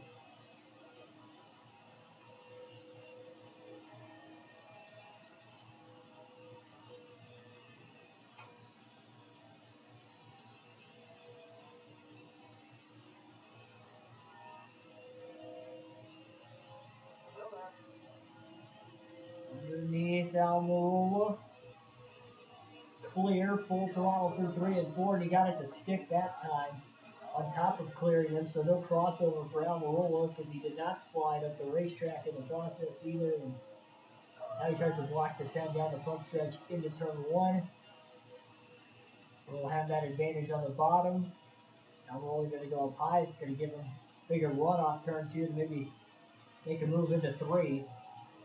I don't think he's close enough to make that dive bomb to the bottom. He's going to try it anyway, and he's not going to get there. Not anywhere close to getting there either. So they're still 2/3 of the racetrack roughly behind Truex. with 71 laps to go in stage 3.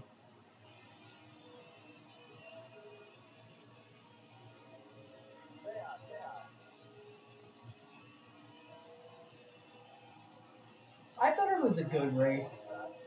I always say it's great when I go to a race in person just because I'm a positive Pete and I love going to the races. But I thought it was a good race. There was like no real battles at the end of it, like for really anywhere inside the top 10. Oh, I guess there was for fourth place there between Hamlin, Bowman, Larson, and Busch. But I mean, like the top 3 were just so far gone.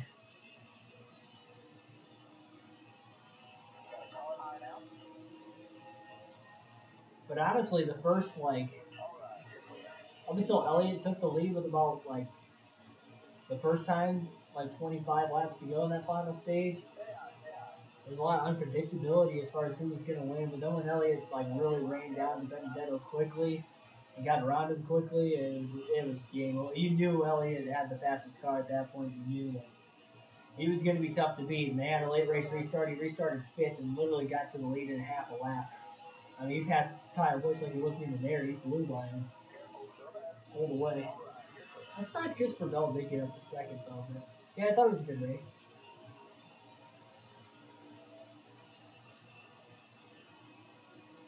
There was a lot of action. I felt like all throughout the pack, throughout the whole race. Well, especially in the first 2/3 of the race.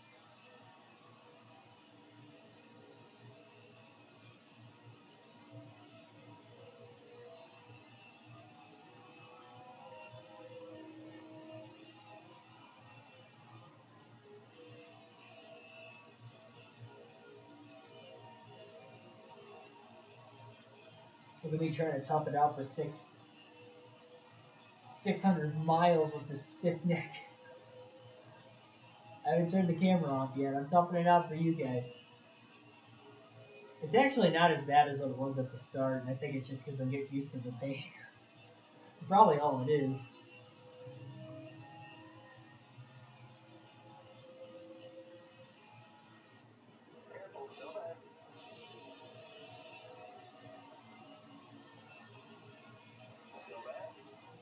I'm trying to side draft Boyer. He just cleared Bell. Neither of these cars in full position, though.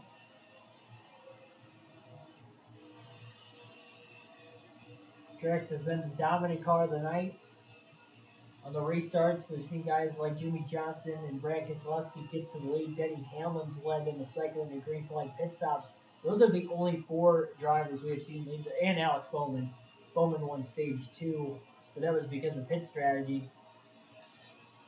And he only led the final 5 laps of the stage, and that was it. And then he led some caution laps during the stage break, but that was literally all he has led here tonight. Truex has definitely had the best car throughout. He is going to be the driver to beat for the win. Well, guys, everybody down in the chat, do you think it's going to be possible for anybody to dethrone Martin Truex Jr. here tonight? Center has gotten as high as second in the running order, but he was about 4 seconds off of Truex when he got the second. That was way back in stage 1. And then he did finish third in stage 2, but again, he's just nowhere in the vicinity of Truex to even challenge him, except for when they're battling for the Schneider's sake to try and stay on the lead lap. And Truex gets ready to lap him. He has lapped him twice. Once Schneider got the free pass. About a half a car length on Chase Elliott was all he got the free pass by. And then not long after that, we saw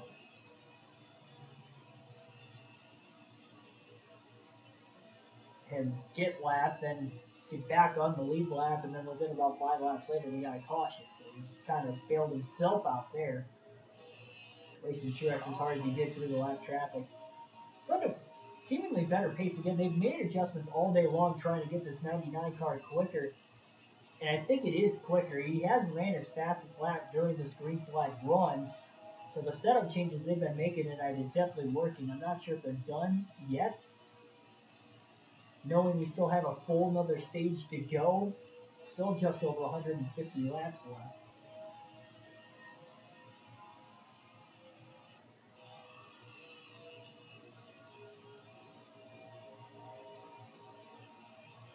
We look to have 5 drivers, I believe, who have DNF'd here tonight. At least 4, maybe 5.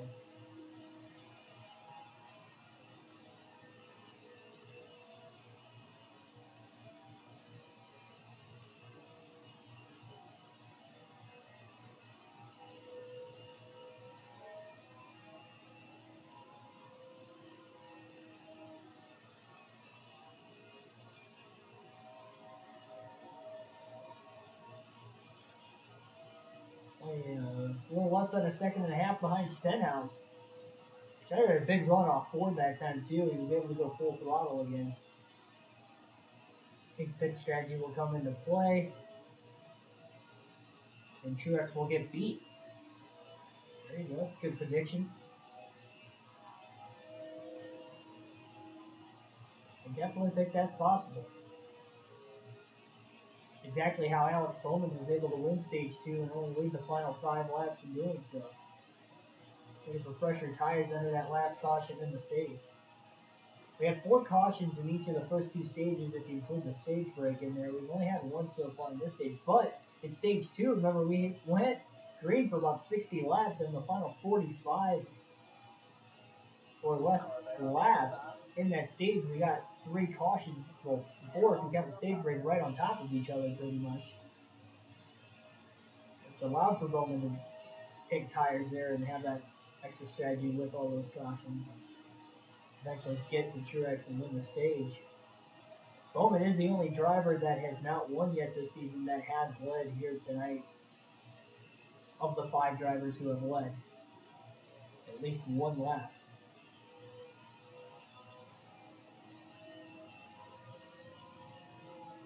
Seen a lot of fuel mileage races in the past in the Coke 600.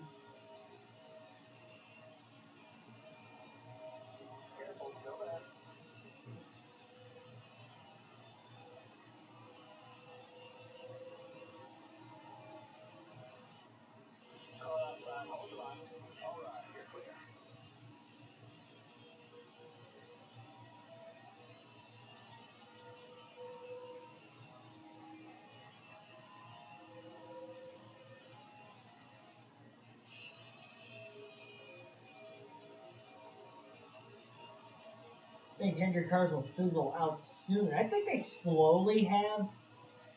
Outside of Larson,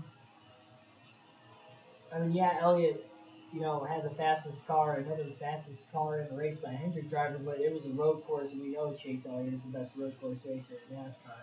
So I don't really think that has to do with Hendrick Motorsports because we looked at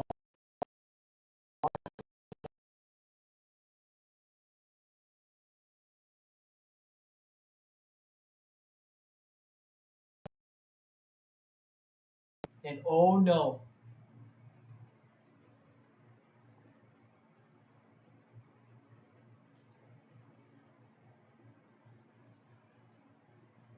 Do the lights, what just happened there?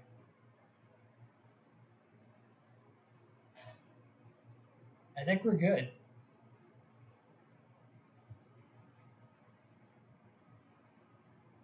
I think we're good. I don't. You guys couldn't see it, but I had to pause it because the TV shut off on me, or like it went out on me. It like went out, then it came back on. We're good. We're good. But I tried to pause it before it wrecked, especially with side by side with lap car Bobby Carter there. You guys are probably like, "What the heck just happened?" No, the TV like flickered on me. It went black for like 2 seconds, and then it came back on. I don't know what that was all about.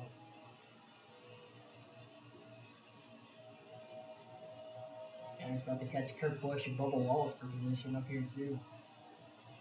Wallace has side by side lap traffic in front of him. It was 3 wide there for a short moment, but now it's side by side. Schneider might try to take it 3 wide all the way up high. It does. Had to get to the brakes a tiny bit to not run into the back of Joey Gase.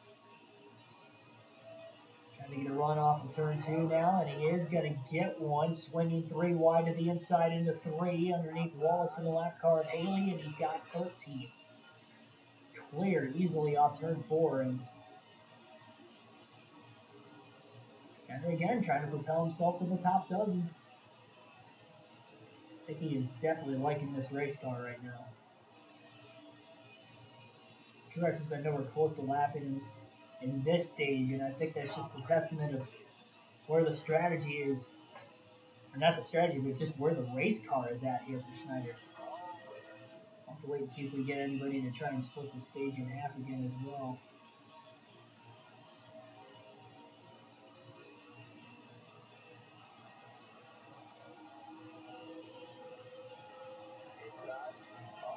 Well, now that Schneider has gone through one green flag stop there in stage 2, he knows how slow his pit crew is. It was a 20-second pit stop. I don't think he wants to pit under green if he can help it, so he's probably just going to stay out as long as he can this time. And if everybody else tries to split it in half again, then so be it. And we can get some laps led. Be great for our sponsor Nutri-Chomps. Get to see them leading laps again. Had a few races. Haven't led any laps since Talladega, 3 races ago.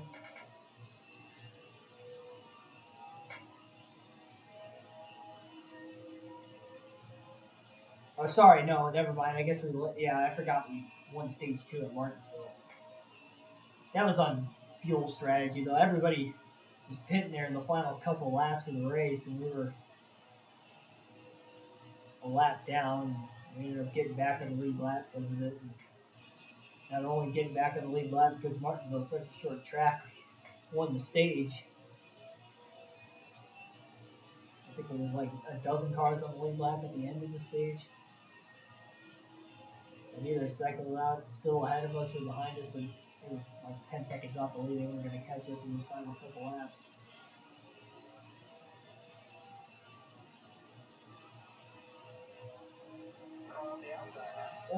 And those were the only laps I led the entire Martinsville race too. So it wasn't like we necessarily competed for the win there, but I'd say we had a top 15 car. I don't know if I say that. We had a top 20 car, but hey, we got an 11th place finish out of it. We exceeded our expectations. And here tonight, the way things started, I think this 99 crew has exceeded their expectations once again. Just surviving, staying in the lead lap for the majority of this race. Again, in 11th right now, sunshotting himself to the outside. The lap car is in the way.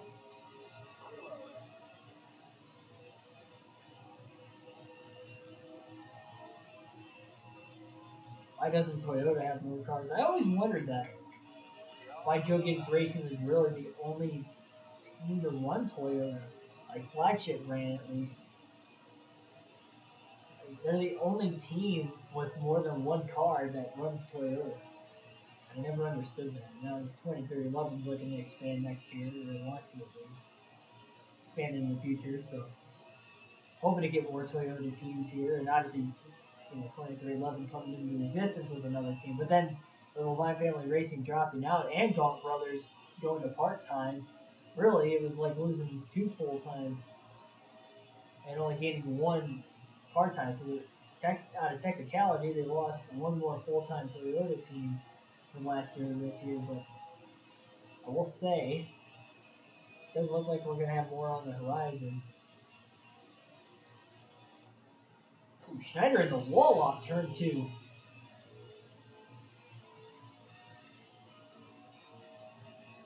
Just kind of slipped up the racetrack a little bit and picked it up pretty good.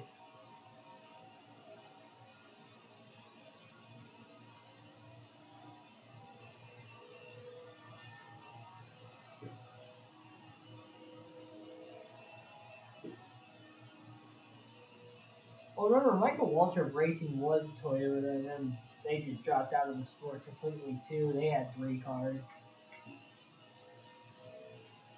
I'm trying to think who else was Toyota and might have switched. Wasn't BK Racing Toyota at one point, too? I think they were. I could be wrong on that, but I thought they might have been Toyota at one point. Yeah, a lot of them have just kind of dropped out. Because there was more back in the early to mid 2010s.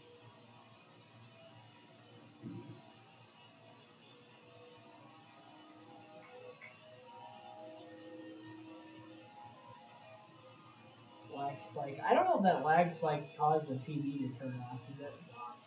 The TV is plugged into the wall and the hotel runs the TV, so that was really odd, honestly. I don't think the lights flickered, so I don't think it was like a power issue where we almost lost power. But if we did, that would have sucked being on the elevator when that happened. Could you imagine the power going out in a hotel when you're on an elevator? You're just stuck until the power comes back on.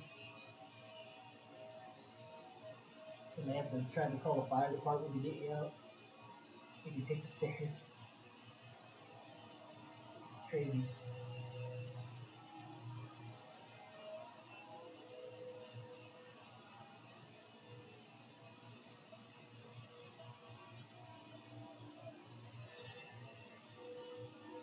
Nobody is pitted yet. We're about 6 laps past halfway through this stage.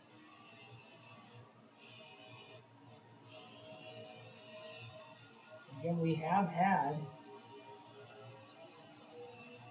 9 cautions total here tonight. 1 in this stage 2. Or sorry, 4 in each of the first 2 stages, but 1 here in stage 3 so far. You liked as soon as the TV went out? Yeah, that was a very strange sequence of events, that's for sure. Looks like we have one driver in the pits right now, maybe starting the green flag pit stops up. But Schneider can still go 12 laps on fuel. He's willing to take those 12 laps. He's going to lose track position to Truex, but then he's going to start to get some of it back and feed into it. Pressure ties. If he catches a caution in the middle of this, it's only going to track more drivers a lap down, too. Catching up to Matt Kenseth for 10th. Nice looking McDonald's paint scheme.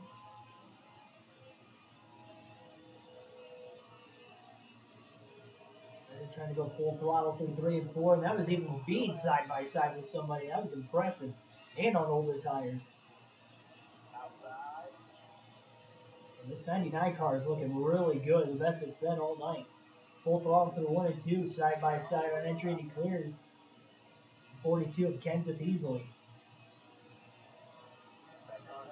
Truex is on pit road as we speak. Looks like Denny Hamlin's going to stay out of the pits. We stayed out long enough to lead a couple laps earlier on. And William Byron just led his first lap of the race at the line.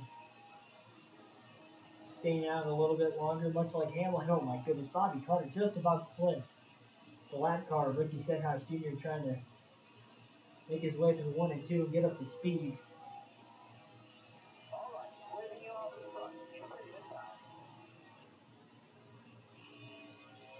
I saw Bobby Carter wanted to come to pit road there and Boyer Hamlin into the pits. Byron stays out to lead a second lap. Schneider still in second. These guys are hoping for a caution. Byron is still winless this season.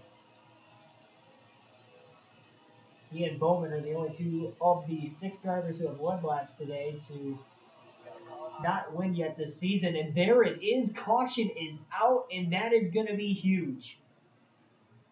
Brad Keselowski in 8th place is going to get the free pass. That just trapped a lot of fast cars a lap down. Johnson was running top 3 all day. He's a lap down. Harvick, Logano, Bowman, who won a stage. Jones has been in the top 5. And now Schneider can pit, and that's why Byron and Schneider and Kenseth all stayed out. The top 3 on the leaderboard still have to pit, so they'll pit now. And now we're going to be seeing a pit stop here.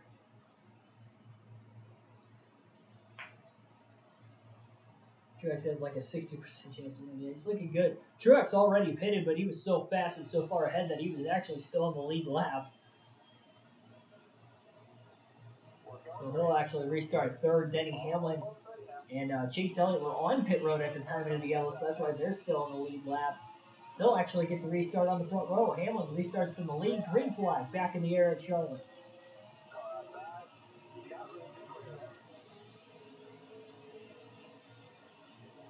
Started quickly, got to the bottom behind Almirola on the restart as well. Windham trying to get a run down the back straightaway as well behind the 10 of Almirola. 3 wide into turns 3 and 4 now underneath the 10 and the 24. Trying to hang on to it. And he's going to clear Almirola for position. He's not that great on the short runs. Tried to side draft Byron for all he could there. But he might get locked into stage points again here in stage 2 now. Just with that caution. We don't know if we're going to get any more as well. Again, only 8 cars are on the lead lap. Oh, Schneider got loose off 2, barely kept it off. Now the current 5th place car of Almirola, Johnson and Harvick battling for the 9th spot, which would be for the free pass position to either a caution or the end of the stage, whatever comes first. Not sure what that caution was out for, but it was the 10th caution of the race.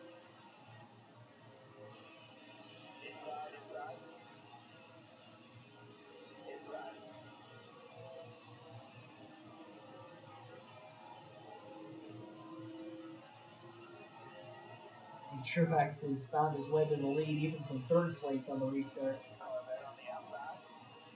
A testament to how strong he is, and it's a good thing he gapped those cars, because when we had a caution in the middle of green flag stops, it definitely didn't hurt Truex at all.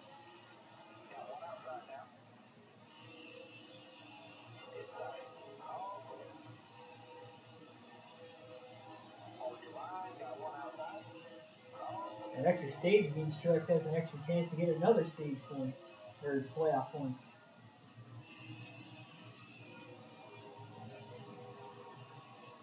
Only ruined the day in fantasy. He was so close to having a top 5 finish, too. He just didn't think that tire could make it. Hamlin's tire ended up making it barely. I guess Bowman might have been in a little worse shape.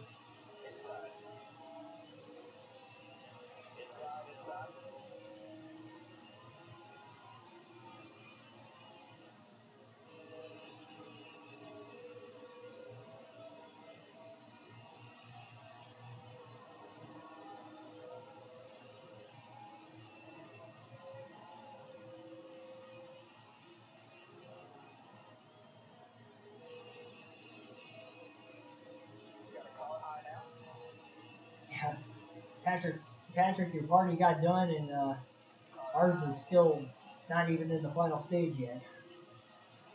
How long this race is.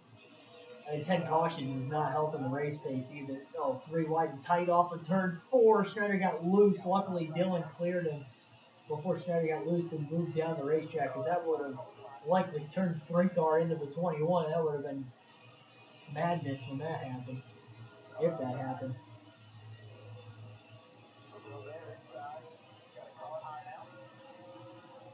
That one gone, side drafting that right rear corner panel over 99.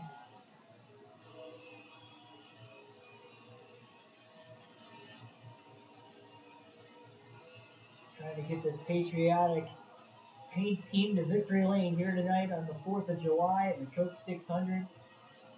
I guess it's not going to be the 4th of July on the East Coast too much longer, but considering I'm still Central Time, I guess it would technically still be the 4th of July. You know, I live Eastern Time Zone, I'm just not in it currently.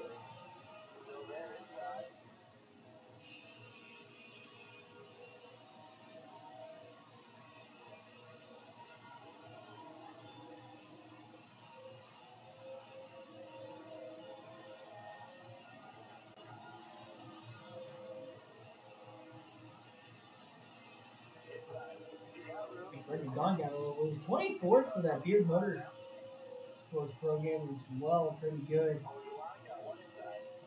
Keselowski just made a pass for 7th place on Schneider, coming from the back after getting the free pass during that last caution, trying to get back up into the mix again.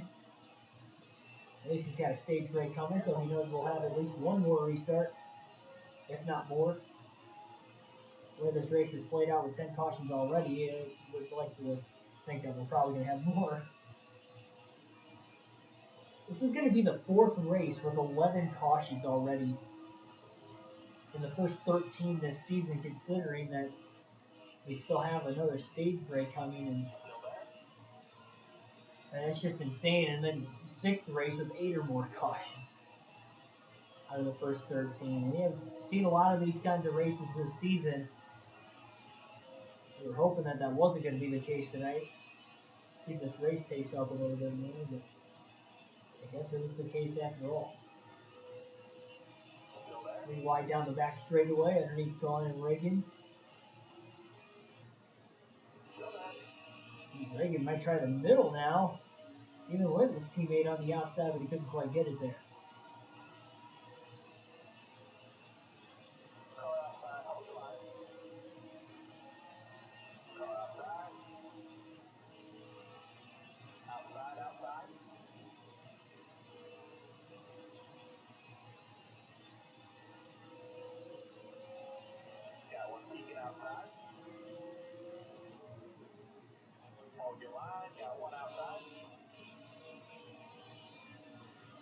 Had to get on the brakes to keep the getting to the back bumper of Christopher Bell there. Look at how much momentum that costed Schneider off turn 4.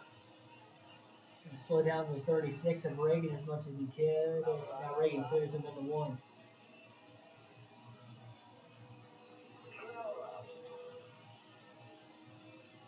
Big run off turn 2 for Schneider. 3 wide into 3. Reagan now gets out of the gas on corner entry. Lets him go. Good thing he did so because Schneider got shot out of a cannon there. Oh, Bell down to block Schneider.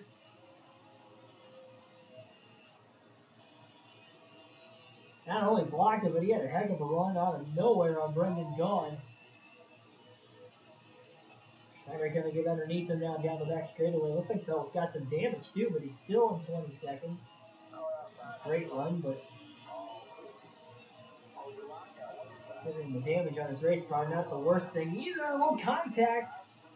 Schneider kind of closed the door a little early on the 95 and rocketed himself into the outside wall, basically. Off the front bumper, right front bumper of the 95 of Bell.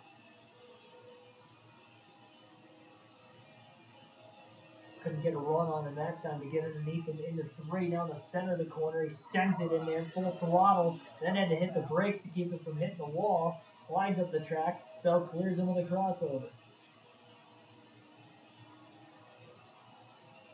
Meanwhile, 18 laps to go in stage 3.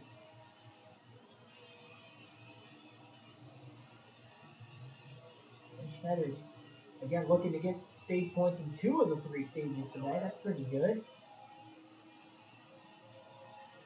for the rookie in the longest race of the season.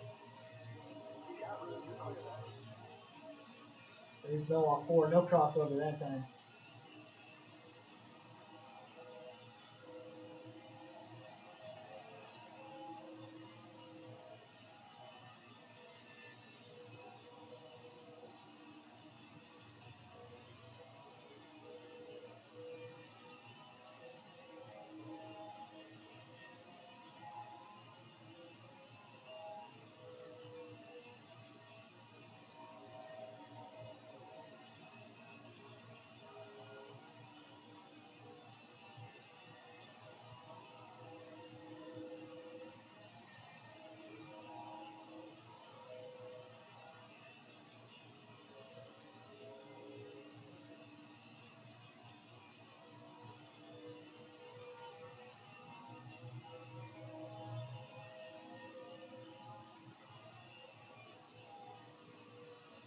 Throttle through 3 and 4 again. They're even in the middle lane.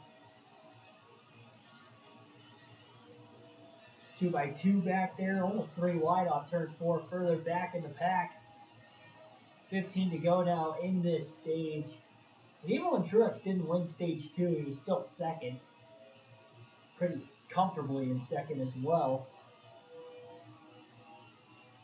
All the battling for third there, where Schneider was able to pass 4 cars in the last lap and a half on his pressure tires, was happening a few seconds behind him.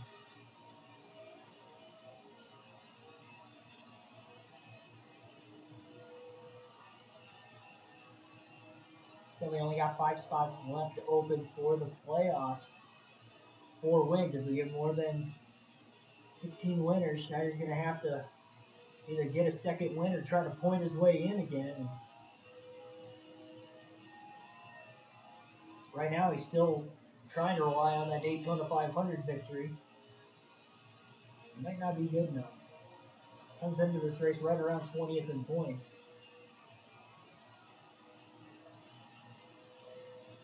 But he's definitely been progressing a little bit better because he was back to 24th in points at one point.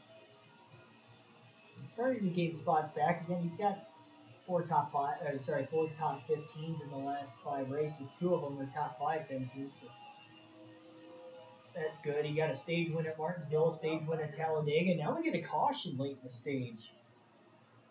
Jimmy Johnson will get the free pass in 9th.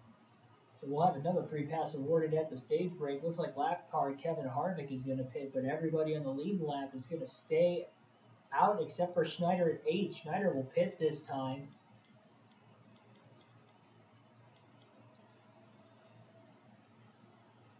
No adjustments here to this 99 car.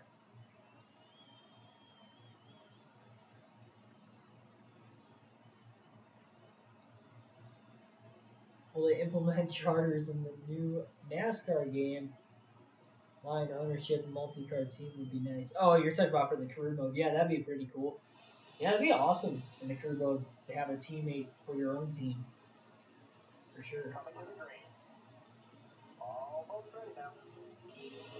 I don't want them to have charters, though, that we'd have to buy to get in at stake. Green flag back in the air. Trying to restart it on the top. Quickly gets to the bottom behind Keselowski. And Schneider is the only driver on the lead lap with fresher tires. Harvick is lined up all the way at the tail end of the field. He's trying to get to the free pass, hoping that 8 laps is enough on his 20-lap fresher tires. Hamlin looking to the inside of Truex for the lead, meanwhile, up at the front. Schneider gets around Almirola. He goes 3 wide off 4 underneath Keselowski and Kenseth. But Truex gets the run off 4 on the high side. He stays in front of Hamlin.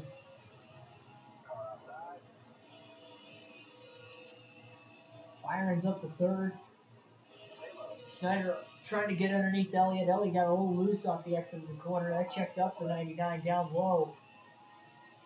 3 wide into turn 3 now underneath Keselowski and Elliott. Gonna clear Elliott and Keselowski. Clears them both off of turn number 4. Schneider might get another stage win. Well, this would be crazy. It's going to be tough to run down that 19, though. Even though he's got 20-lap fresher tires. Guns it. He's going to clear Kenseth off turn 2. Byron's going for 2nd place now on Denny Hamlin. Couldn't get it. Hamlin shifts down to the bottom to block Schneider's run. Schneider up high. Almost clears Byron. 3 wide now for 2nd place down the front stretch. A clip of the AstroTurf.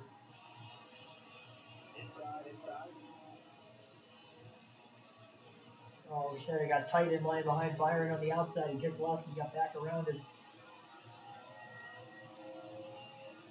And now Keselowski goes 3 wide into turn 3 for 2nd place.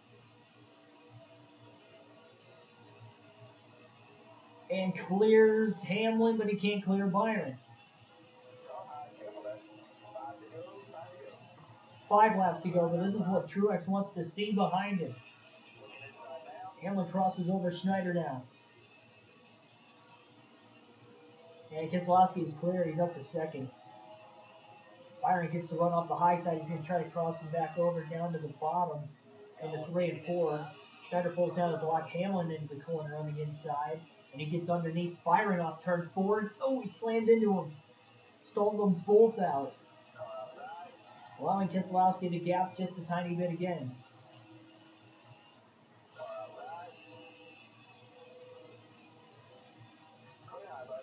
Schneider finally clears Byron. Now he's going after Brad for 2nd.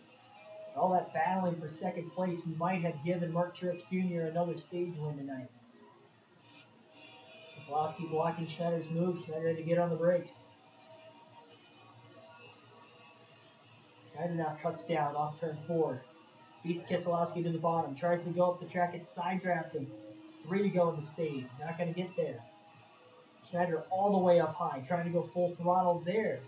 It's going to give him a run off turn 2. But Keselowski holds in on the bottom pretty well.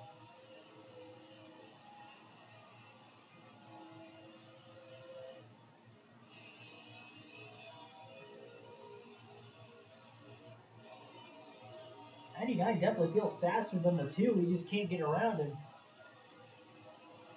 2 to go on the stage. Full throttle again.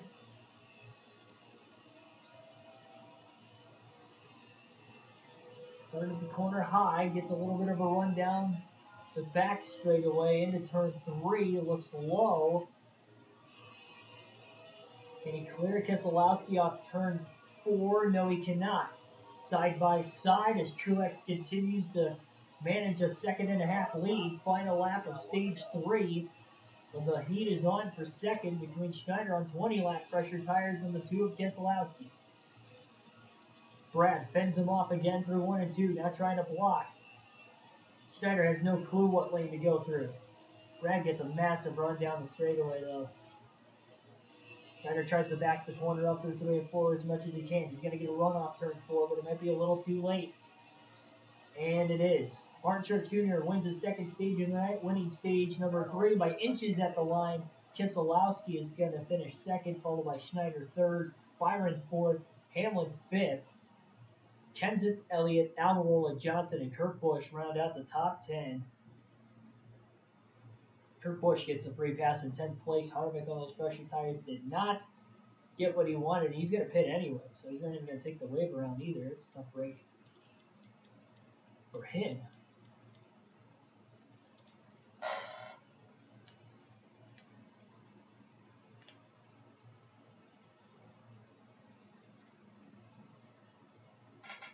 Well, we are finally into the final quarter of this race here tonight, and finally the final stage is about to begin in a race that is already taken over 2.5 hours. And again, it's Truex winning the race off pit road. He'll restart from the lead. Final stage. Can anybody beat the 19 team here tonight? He has obliterated this field, winning 2 of the 3 stages and probably leading over 200 laps, well over 200 already. You could easily get to 300 by the end of this race.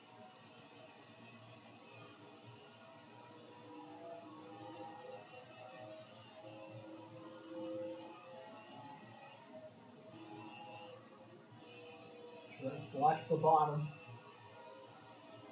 William Byron right on his back bumper trying to get going. 3 wide between Logano, Johnson, and Jones off turn 4. So he washes up the track, and now he's 3 wide middle. Jimmy up high. Logano went down low. Still on the high side off turn 2.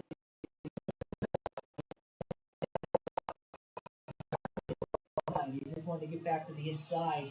And then he pushes up the track again, and Stenhouse gets underneath him. And David Ragan. Truex leads on the restart and not wanting to give it up.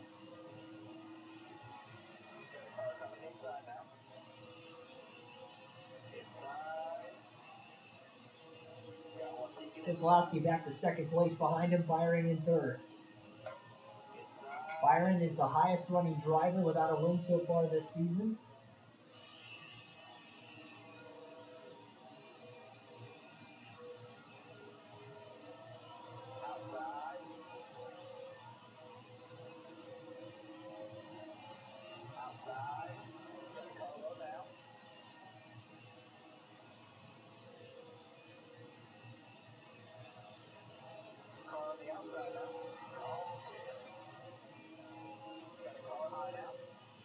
Locks the bottom on Nemechek, and here comes Wallace with a head of steam on the outside. Schneider overruns the corner, barely keeps it off the 43 car.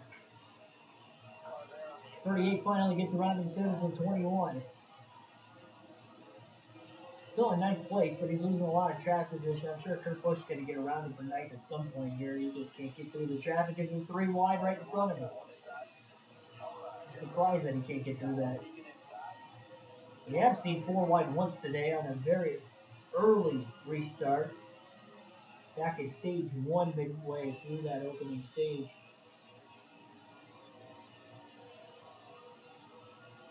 So we've actually had 12 cautions here tonight, 4 cautions in each stage, with the stage breaks included, especially having that extra one. We had 10, and then we had that caution with a restart with 9 to go in the stage, and then obviously the stage break, so that gets us to 12. Then we get 5 cautions in the final stage, topping one more than what we've had in each of the first 4. We'll have to wait and see.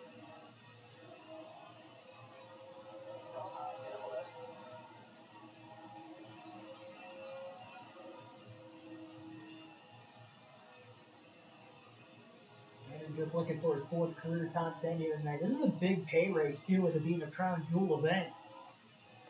The Coke 600, he already won the Daytona 500 early in the season. Obviously, no race pays more than that here in the sport of NASCAR. Shot a little contact with the 62 and going.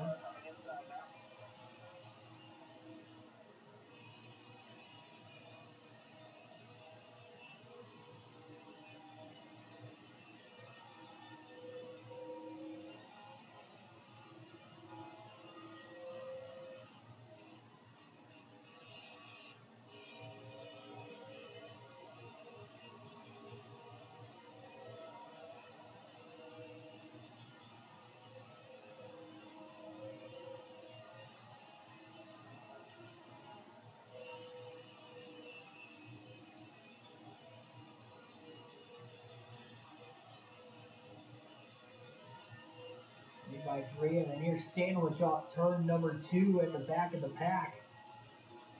And meanwhile, at the front, it is still Martin Truex Jr., as it has been all night.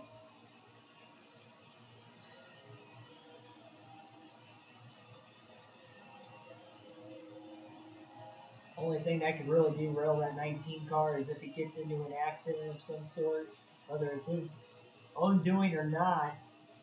The way he's been running tonight, he's probably not going to have to be his own doing. Or just some offsetting strategy with some late cautions in this race, like we had when we had 3. If you got the stage break, 4 yellows in the final 45 laps of stage 2. That's why he did not win the second stage. All those restarts, and then Bowman was able to get around him on that last restart and only lead the final 5 laps to win the stage. And Bowman had about 20 lap pressure tires in the process of doing so as well. So I'm surprised he was able to capitalize with all those restarts on top of it.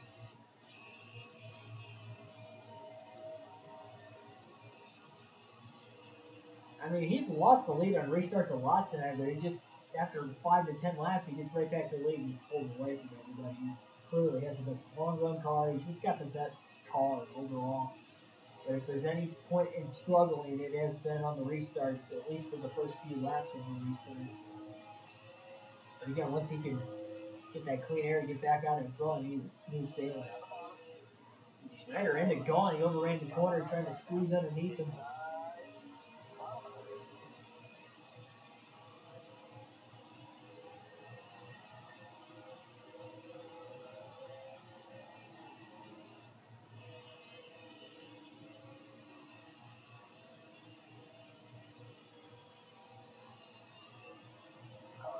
Schneider again underneath gone. At least down the back straightaway, going up to 23rd now. A spot higher than what we saw him at the end of stage 3. Making the Beard family proud here tonight. Ended gone. 84 laps to go now in the Coke 600. This thing is winding down slowly but surely. And I still don't think we've seen the final caution here today. These guys are one pit stop away from the finish. Kurt Busch has finally caught the back bumper of Schneider now for 9th place after getting the free pass there. And passed a lot of lap cars to get to Schneider. And Schneider's also gotten passed by some lap cars along the way as well. He's 9 seconds behind Almirola from 8th place. Kurt Busch beats him to the bottom into turn 1, and wow, Schneider just overran the corner. Big time.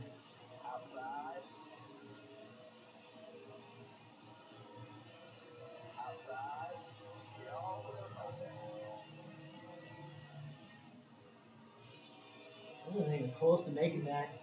Kurt Busch did side draft him off the left rear, and that really pulled the air off that spoiler, maybe upset the car and caused him to overrun it. And the fatigue could be setting in as well with this being the longest race of the season. We're only about 15 laps away from the 500-mile mark in this one. We still got another 100 to go after that.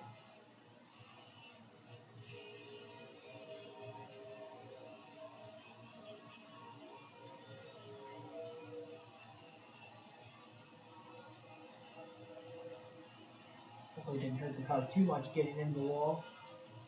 I think there is definitely a little bit of damage on the right front. See that little hole or opening in the hood there. A couple scuffs as well right around the right front wheel well.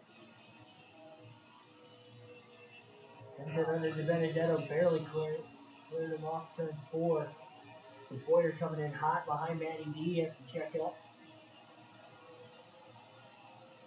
79 to go at the line this time for Truex.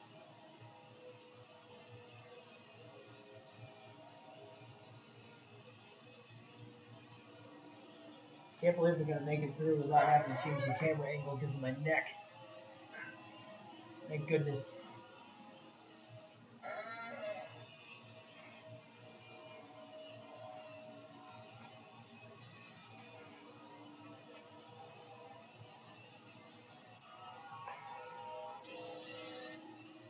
Final time, we're going to alternate through the different camera angles in this race for about the next 16 laps or so. We'll go back to the normal camera for the rest of this one after that.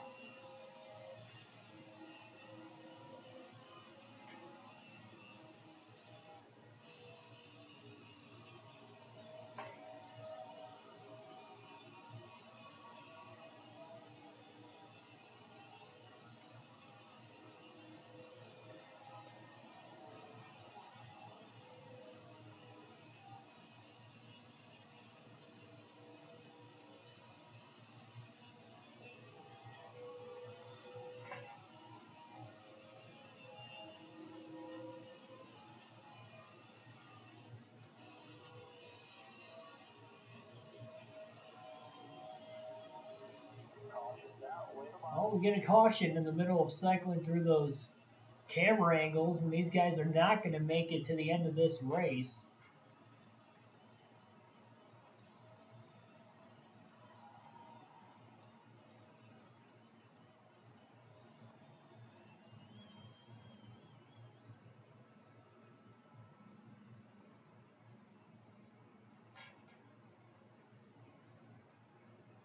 Everybody's going to pit, though. Eric Jones in 11th going to get the free pass, so Schneider's going to pit as well, staying on the same strategy as the leader. He's not going to go off strategy this early. Still another pit stop to the end after this green flag, or sorry, under this pit stop under yellow, so that is now going to be our 13th caution of the race. Now the second most cautions in a single race this season, behind Richmond where we had 16. Green flag back in the air. We'll go back to the normal camera at least a few laps into the restart.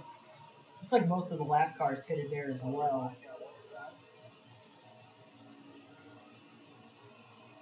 And Truex on that bottom lane again just easily clears everybody off turn 2. And just down low to block Logano into 3.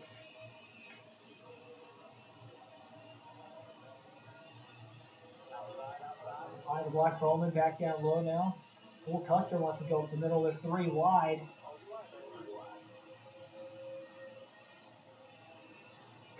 Just gunned it on the high side into turn 3. And Truex holding up both lines. Gano still being held up there by Schneider. And Lady Joey's a lap down. Still. And the caution in the middle of green flag stops. And stage 3, Schneider got tight. Up the track he goes into the wall. Contact with Bell down low. And they keep it going straight and we stay green. How is that not a huge accident? They're banged up on both sides of the race car that time.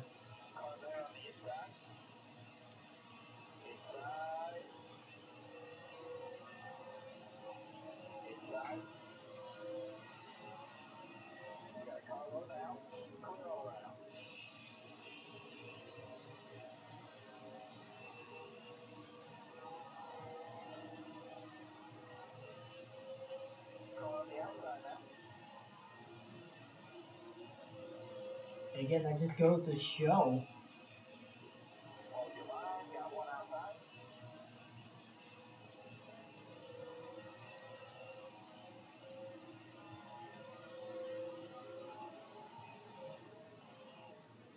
what could go wrong so quickly in this race.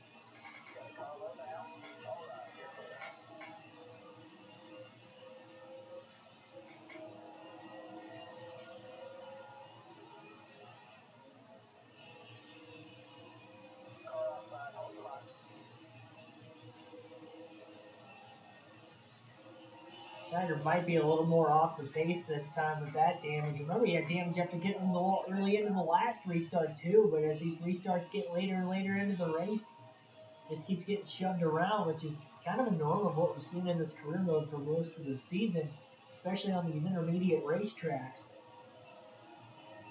In a long race like this, people are going to get more desperate, even with there being a lot of cautions. Jason Games, welcome to the stream.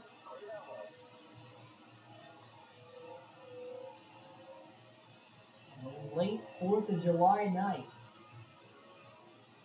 Those of you on the East Coast, it is no longer the 4th of July anymore, but it was Central Time, so here where I'm at for the night in Wisconsin after the Road America race. I was able to attend in person.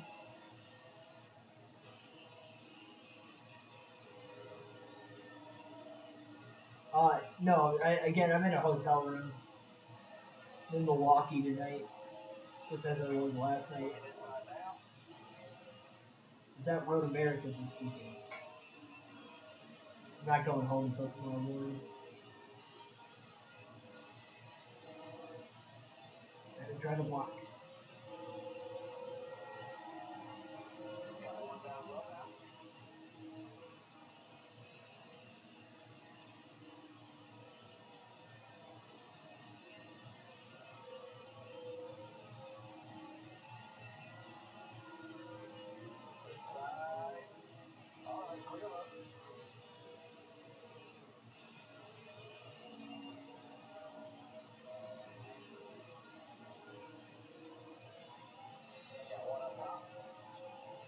We had that big accident in turn 1. We had a 2-car accident in turn 1 in stage 2, and then late in stage 2 we saw a big accident involving at least 6, if not way more cars. Just stacked up, there was just nowhere for anybody to go, and we saw a bunch of cars spinning everywhere. Could get another restart like that to bunch them up and have accidents, but that seems to be where it gets narrow. Everybody down this front stretch, and it just narrows off into turn 1 if they're going 3x3 and trying to make some moves, make some blocks.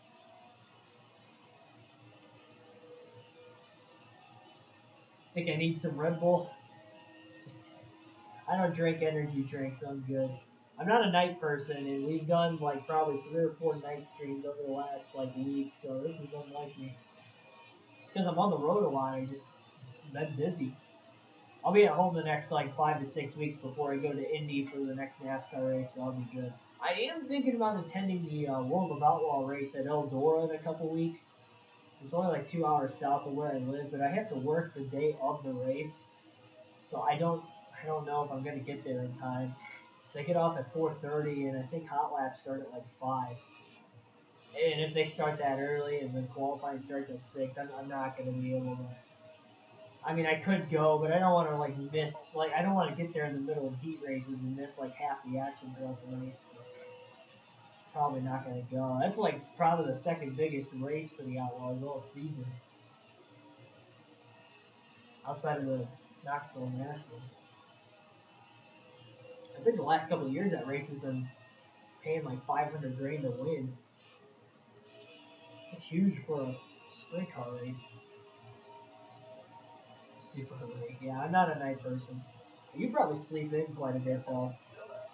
I'll probably sleep till like 8 o'clock tomorrow morning at the latest, but especially with having to leave, make sure I'm home.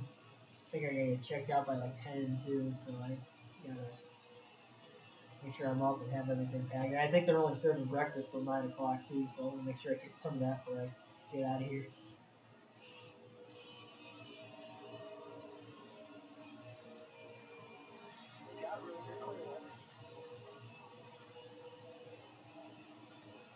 So 60 laps to go here tonight in the Coke 600. One pit stop away from the finish. Schneider's got a little bit of a banged up car on both the left side and the right side of the race car after getting sandwiched into the wall off turn 4. They were 3x3 on the restart. But we stayed green. Should be 5 seconds or less of damage that he can repair under the final pit stop of the race. But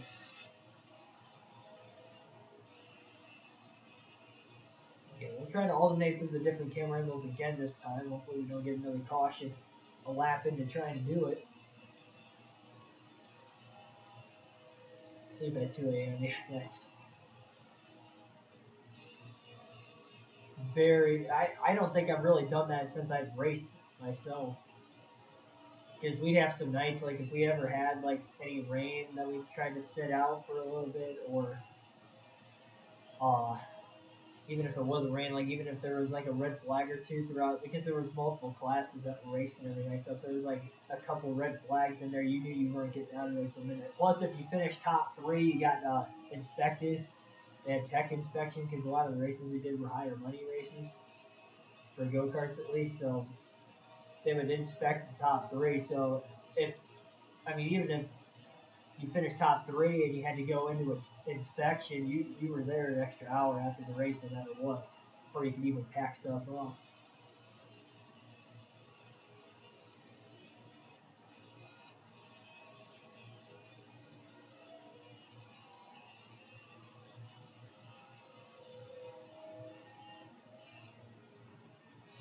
Yeah, there were some late nights, that's for sure. Getting home at like 1, 2, 3 o'clock in the morning, and after racing and then having to drive home and stuff, man, I want to talk about being tired. How much tired are you going to be?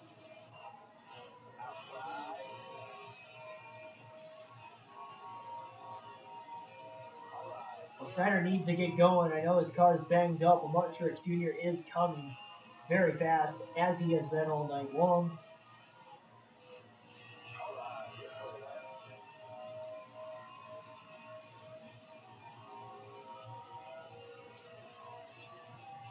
Gonna have to tough it out.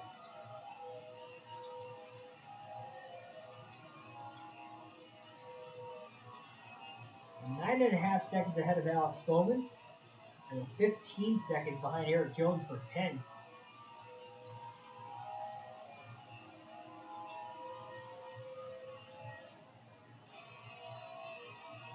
Yeah, working a full-time job and having to be in at 6 o'clock every morning, I obviously have to go to bed earlier, but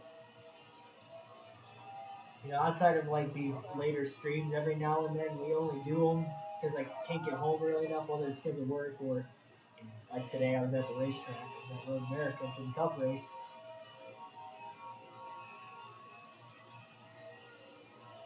Didn't get the stream started until about, I think we started at 8:25. I don't know what time the race exactly started for us, but I'd imagine probably somewhere close to it.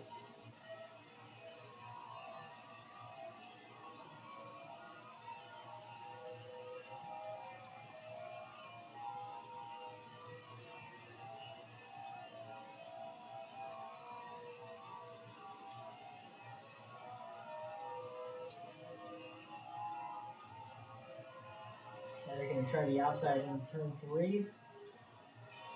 Oh, he's in the wall. That's not going to help the race car either. Got tight because he was in line behind Suarez, and already being on the outside, he had no chance and no room to save the race car. That's more damage now.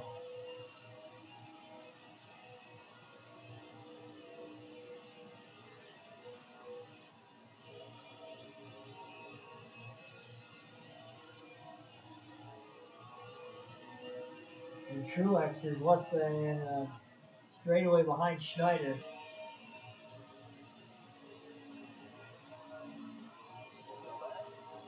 Give a shot to the back of Nemechek there. He's trying to get him going.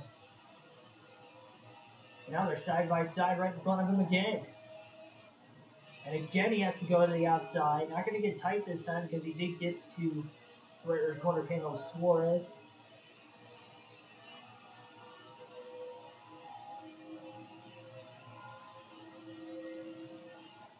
Now on the outside of Matt Benedetto, 3 wide into 3 and 4. Going to clear both him and Nemechek off in turn 4. Needed to do that because Truex is coming. Trying to put him a lap down. Truex going to go to the outside 3 wide too. He saw Schneider make that move. He wants to try to make it off turn 2. And clears, almost gets into the side of Benedetto in the process.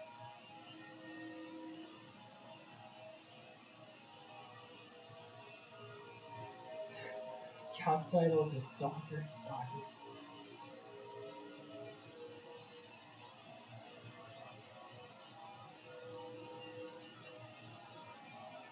You gotta start somewhere.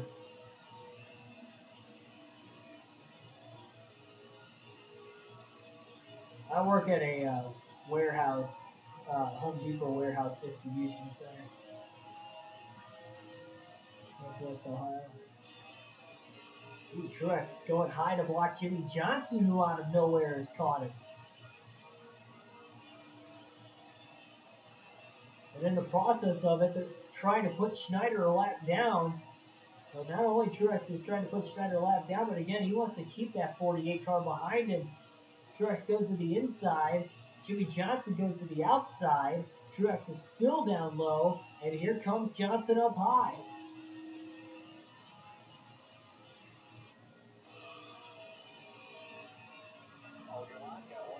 Truex is going to stay in the lead.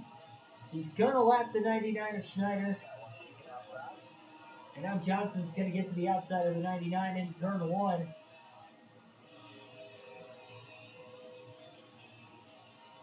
Jimmy is the only driver able to keep pace here with Truex all of a sudden in the final stage, which we haven't seen since stage 1 when Johnson's been able to keep up with him. And he goes full throttle into 3 and 4, but he had to lift. Didn't want to get into the side of the 48, but he side drafted him enough that that probably costed Johnson just a tad bit of time there. Nothing major, but just enough. Schneider's got to keep digging to try and get back on the lead lap. Standards race car is not going to help him.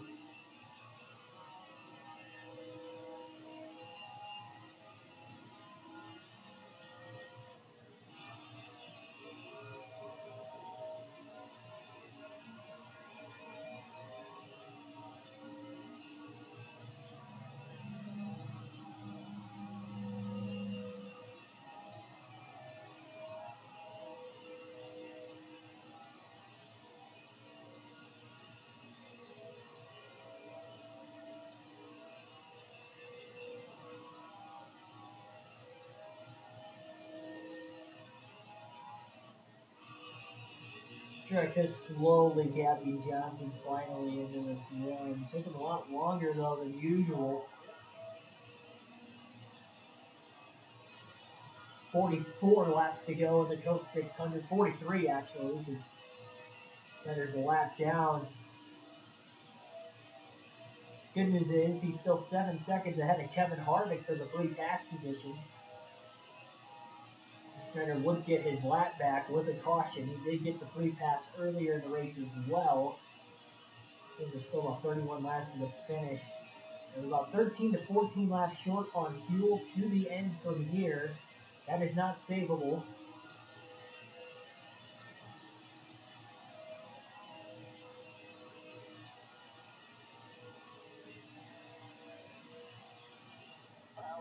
And now we get a caution. Final pit stops of the day.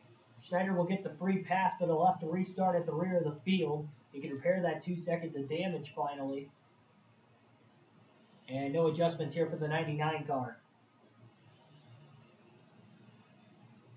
That's going to stack the field up again. Our 14th caution of the race here tonight. Unbelievable. As this race has gone over 3 hours, about 3 hours and 10 minutes roughly into this one already. And we're going to have about 39 laps to go on the restart, maybe 38 to go when we go green. But this is the second time Schneider's gotten the free pass. And yes, 39 laps to go when we go green. 11 cars on the lead lap is still a realistic shot at trying to win this. And here we go, green flag back in the air.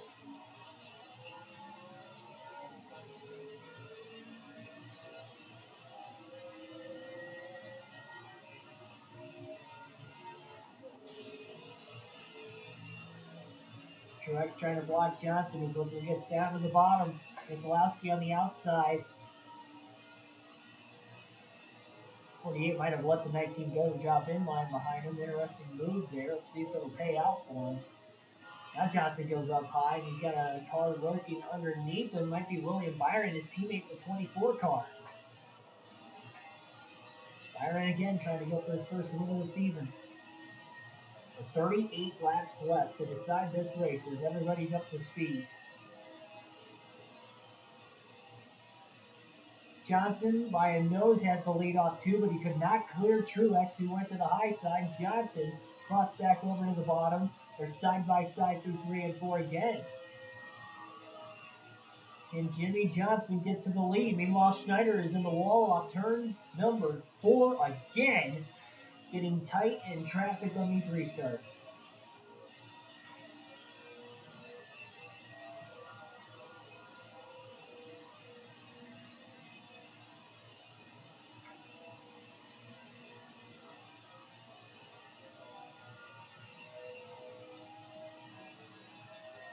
Well, he's not really in traffic because he's well behind it all into 3 and 4. Jimmy Johnson, meanwhile, did clear Martin Truex Jr. for the race lead.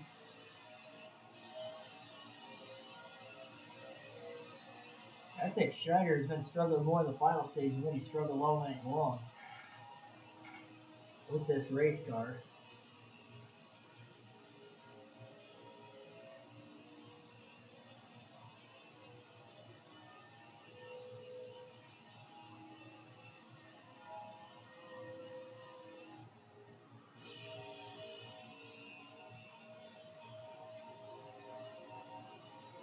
You just definitely can't go lap down again. Schneider's banking on a caution so he can go off strategy and try to pit.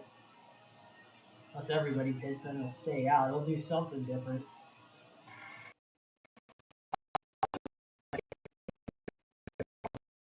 Option A would probably be better than option B at that point. How about Jimmy Johnson trying to win yet another Coke 600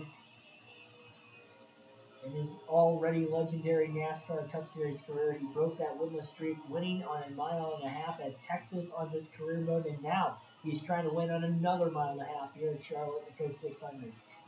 He's 34 laps away from doing so. But we've seen drivers get around Truex on the restarts, and then after 5 to 10 laps, Truex gets back to the lead and pulls away. But Jimmy in this final stage has really kept touch with the 19. He just hasn't been able to get around him until now.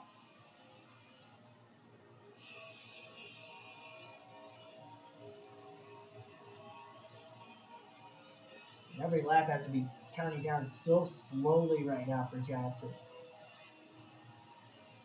Trying to become just a second driver to win multiple races this season, Denny Hamlin.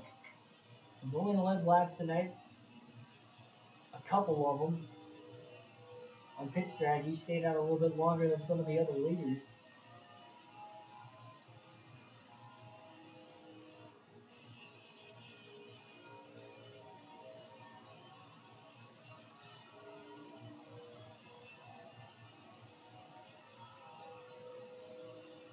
Well, Schneider hasn't led any laps tonight. He tried to stay out longer than everybody else, but Byron did too, and was still a couple seconds behind Byron. Now into turns 3 and 4, Truex back to the inside of Jimmy Johnson and gets to the lead at the line. And just like that, again, 5 to 10 laps, Truex loses the lead on the restart. He gets it right back, and now he's likely going to try to pull away. And he wants to become the second driver to win multiple races this year. He has dominated so many races this season, but he has only won one race. He's won 2 of 3 stages tonight. And I'm sure by the end of this race, he'll lead very close to, if not, has already led over 300 laps in this race.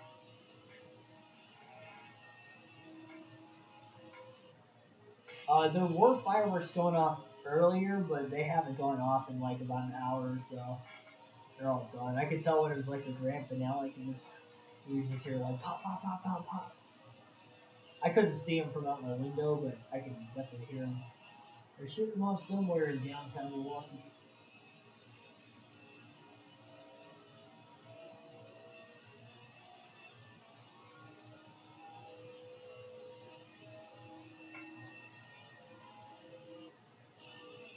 Alright, thanks for staying up late here, Billy.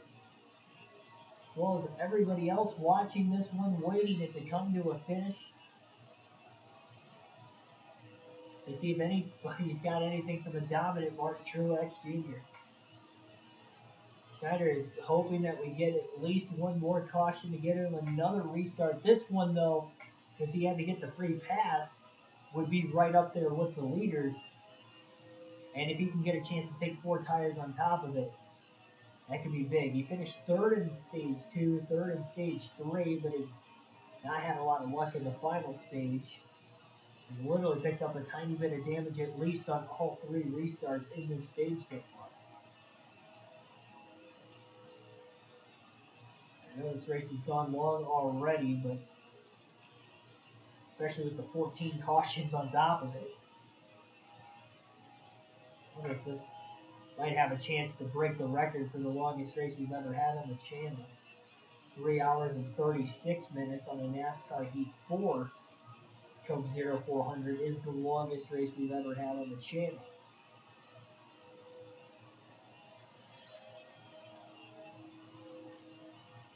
I don't think we're going to quite get to that 3.5 hour mark. We'll get close to it, but I don't think we're going to get there. Unless we go overtime after overtime, I guess it's possible. I am definitely going to sleep till 8 o'clock tomorrow. That's late for me. I mean, I'm like, 8 o'clock's like the latest I wake up. I'll get my full 8 hours in still.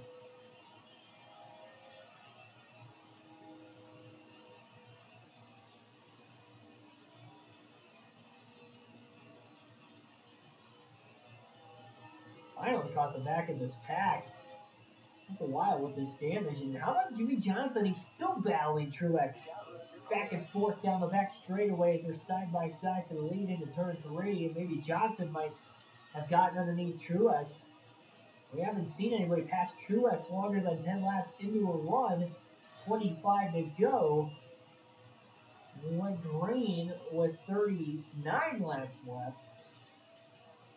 This is more than 10 laps into the run. But Truex led the lap at the line. He fends Johnson off for now. We'll see if Jimmy maybe can get back around him again. You know if those leaders catch Schneider, Schneider's not going to let him go. He's going to try to block in case we get a late race caution to get himself back in it. Because with only 11 cars on the lead lap, we get a caution. And Schneider is on the lead lap and doesn't get the free pass this time. He could pit for 4 tires, and you never know. He could get to the lead. Especially the later that caution would come with him staying on the lead lap because they'll only have that much pressure tires.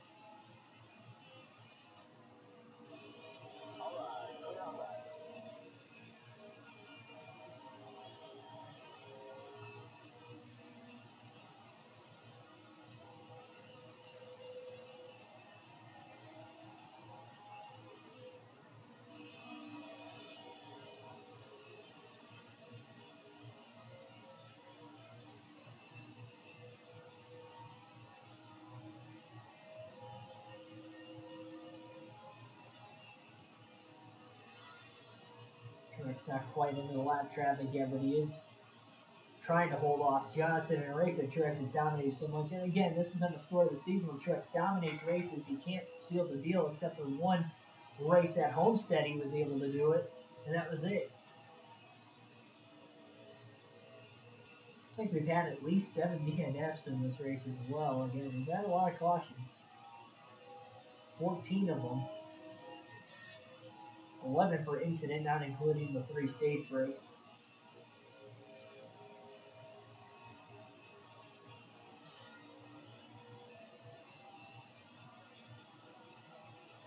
$20 laps to go for Martin Truex Jr. Very quickly gets around Ryan Preece. 16 seconds behind Almirola for 10th. Just damage on the right side of his race car again.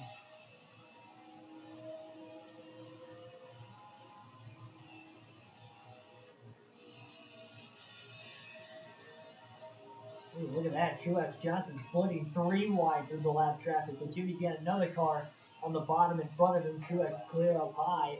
19 laps to go for the number 19 car out in front with Jimmy Johnson riding his tail. I don't really listen to Nickelback too much. I'm more into like a heavier metal.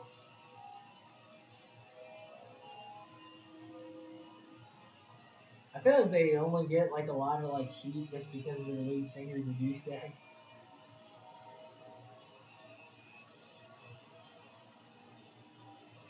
Which I mean, I get that. Like,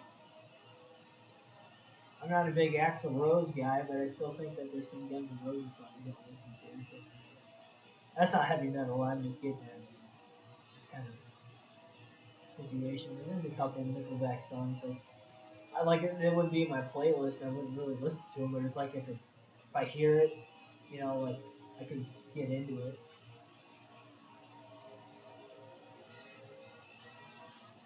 No more lap cars currently between where Schneider's at and where Truex is at. Wow, Truex has really gapped Johnson these last couple laps. Schneider to the high side.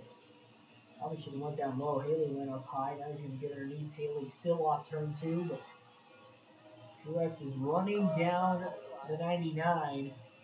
And now he puts Haley in between him. There's a lot more lap cars where Haley came from in front of the 99 as well, but he's going to have to try and stay on the lead lap on Truex.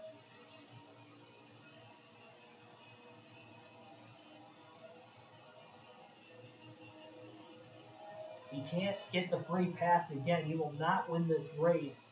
If we only get one more caution, and the free pass is what gets him back in the lead lap, even with fresher tires. We'll have way too many cars to pass. He passes Brendan Gaughan quickly. Cleared him easily off turn 2. Has some run on Chastain. Had to check up, though, on the bottom and move to the top off the exit of the corner. By getting out of the gas there in a bad spot, that costed him some time. Now he clears Chastain down the front stretch. Truex trying to get around Gaughan into turn 1 still. Schneider full throttle to the outside. Got a little tight behind the 21. It's like Guns N' Roses. Guns N' Roses is more like a hair metal. Like there's a bunch of different like subgenres of metal, and I don't even really like. It's hard for me to compare some of them sometimes, but more like a glam or a hair metal, if it's metal at all. But it's mainly mainstream. Kiss is kind of like an old school metal, I guess.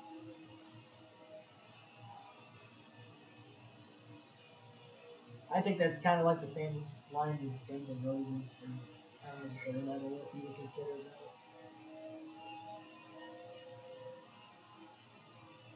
Kiss is good though.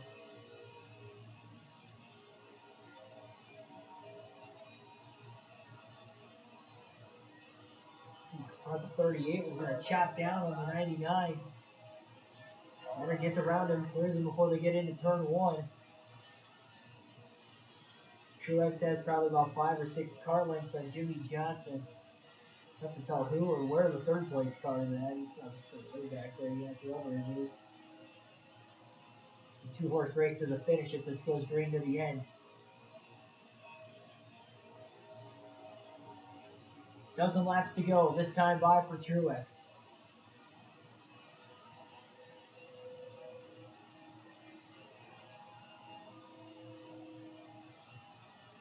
They're slowly getting away from Logano.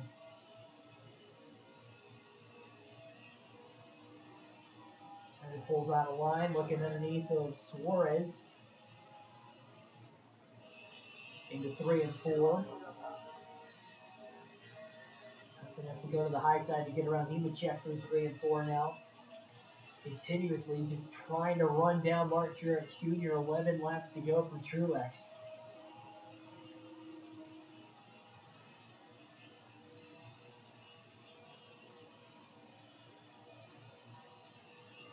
Schneider can restart in the inside lane. That would be even more beneficial. Now, he has spun the tires on 2 restarts in this race as well. So that could obviously happen again.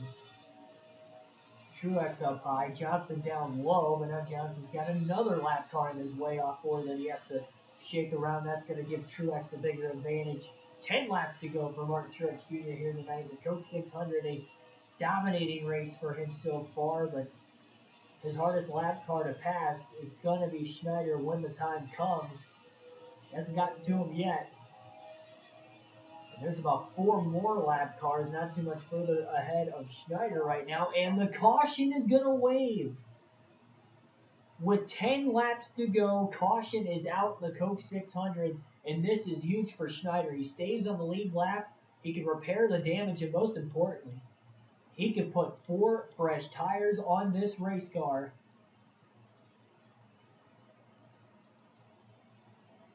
And try to make a run for the finish.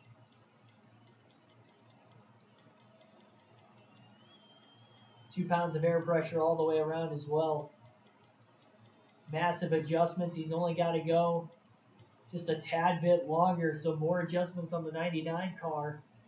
Oh yeah, Metallica is definitely my top 3.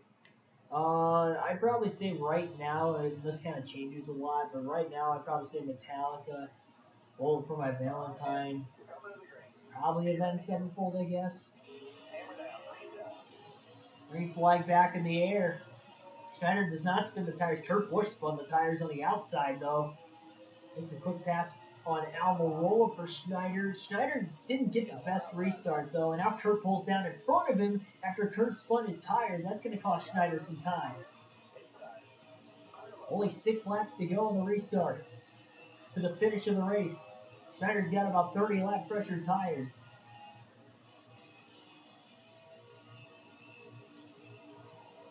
Truex leads off 4, 5 to go. Schneider is trying to pull off a miracle. He has not led a single lap all night long. In a 600-mile race, just 5 to go. And he's going full throttle. Full send mode through 1 and 2. Those major air pressure adjustments trying to just blimp it up and really help for a short run late. But he's got a lot of cars to pass, and with this package, it's not going to be easy. 3 wide now down the front stretch underneath Hamlin and Jones. 4 laps to go. And he's going for 5th. Keselowski, meanwhile, got the 2nd on Jimmy Johnson. Massive run off turn 2. Schneider underneath, firing down the back straightaway for 4th.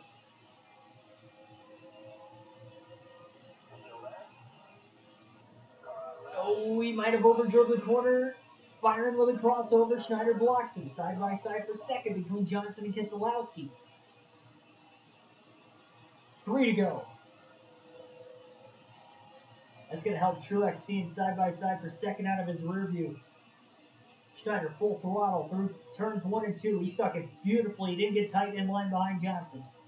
Johnson might have been a little further up ahead with Keselowski being passed on the outside. Schneider down low into 1 and 2. He's got a run underneath Johnson for 2nd after clearing Keselowski. And here comes the 99.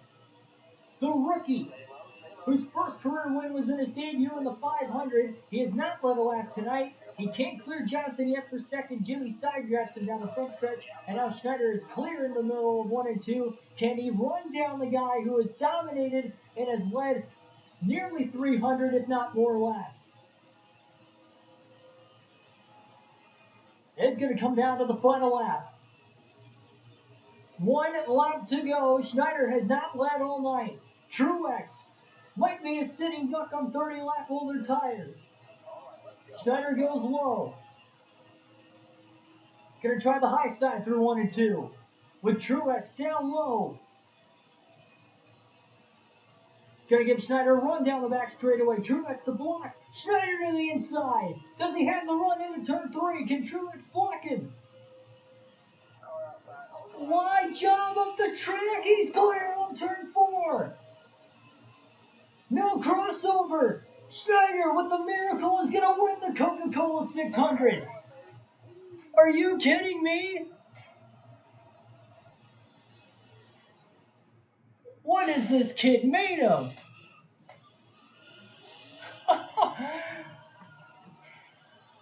Unbelievable. He led 1 lap all night long, and it's the final lap of the race in the longest race of the season. And it took 15 cautions to set it up. And the engine is already blown in the victory celebration.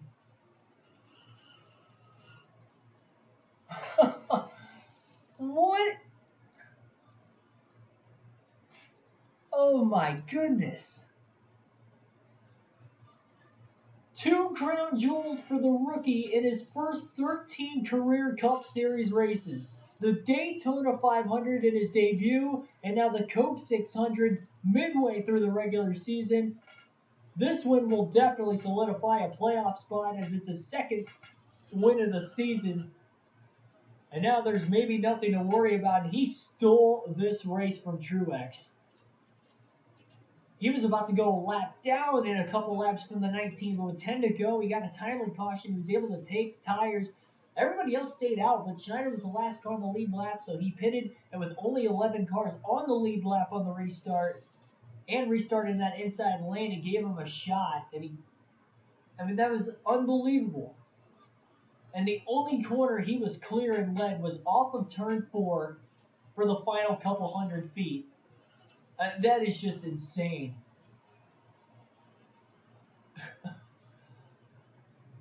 Unbelievable. And this has been Truex's season so far, where he has dominated and only 1 win to show for. And this one was probably his most dominant performance yet. He had the car, he had everything.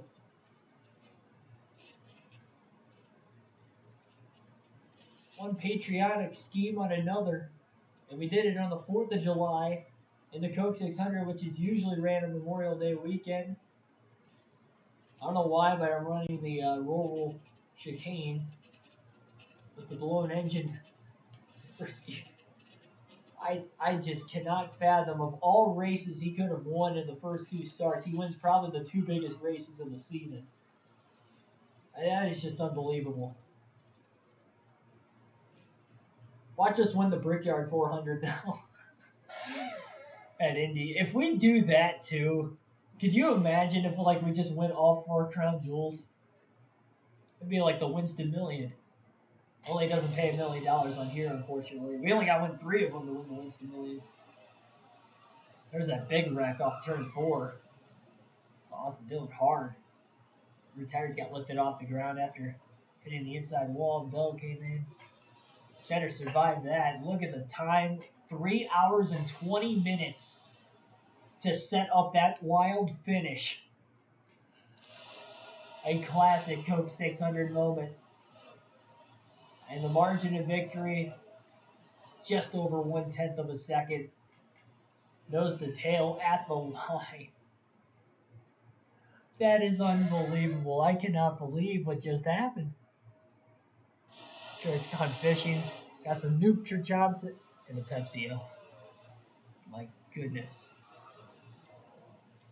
And there's a look at the top 10. Schneider with the win. Truex second. He won 2 of the 3 stages. Johnson third.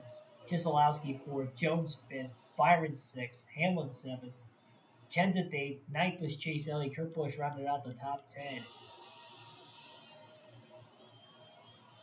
Kevin Harvick.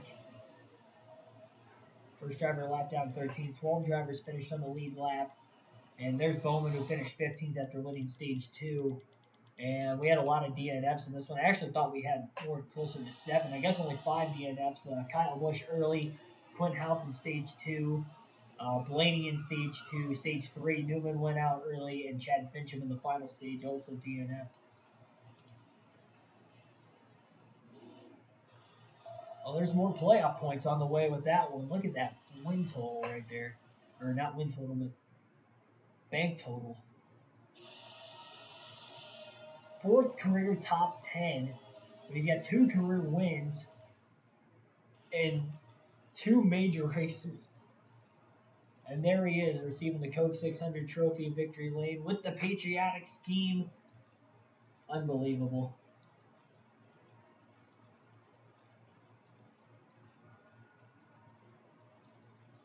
That is just unbelievable.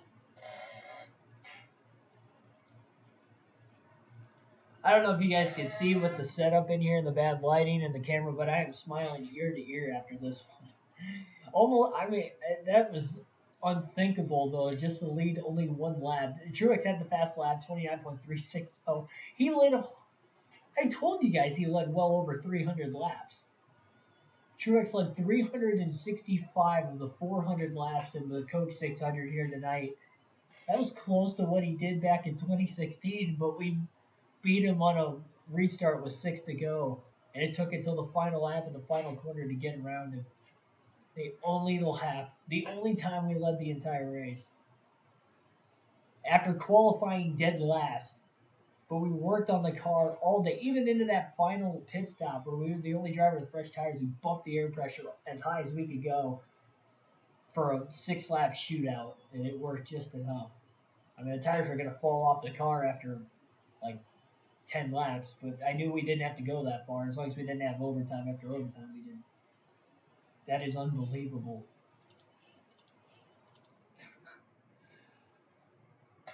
Now we got to take a look at the shop. We might be able to upgrade that suspension now. Only led 2 turns. Yeah, and it was a clean pass, too. We didn't even have to use the bumper. We had a runoff turn 2 when he went low and I went high. But then, like, down the back straightaway, only having the 85 on the engine power versus a Joe Gibbs Racing Toyota, like, by the end of the front stretch, he was slowly pulling me back again. And I just sent it into the corner and slid up in front of him. Barely cleared him. If I didn't clear him, we were probably going to wreck, but I cleared him, and he tried to cross me over. We blocked off 4 and won the race. 3 hours and 20 minutes to set that up.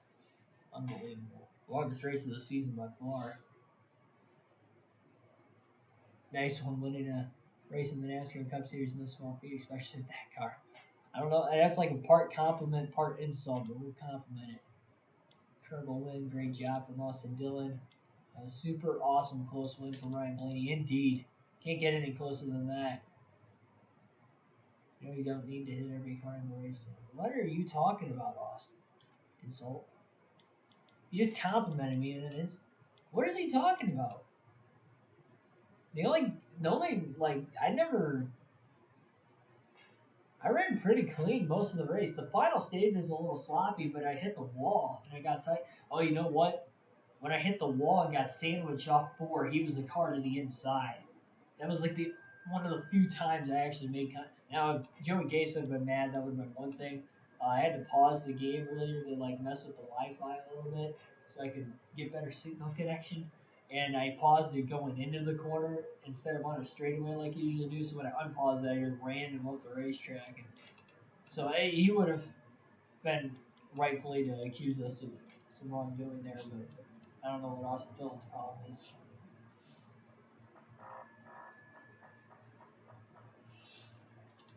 The next race will be tomorrow night at Kansas on another 1.5 miles. It took us all 600 miles to get the win today. Like all 600. So a 400-mile race, I still don't think we're going to get there, but you never know. We put ourselves in contention like we did tonight. Big things can happen. We're going to be using the same chassis. We did beat the chassis up in the final stage. We ran it clean all night long, but then we beat it up in the final stage. 83, 83, and 80 instead of 85, 85, and 80. So not quite as fast as what we had in that last race. And we can't quite upgrade to an 85. After the next race, after Kansas, we'll definitely be able to upgrade to an 85 on the suspension. But Yeah, not looking to upgrade anything else right now.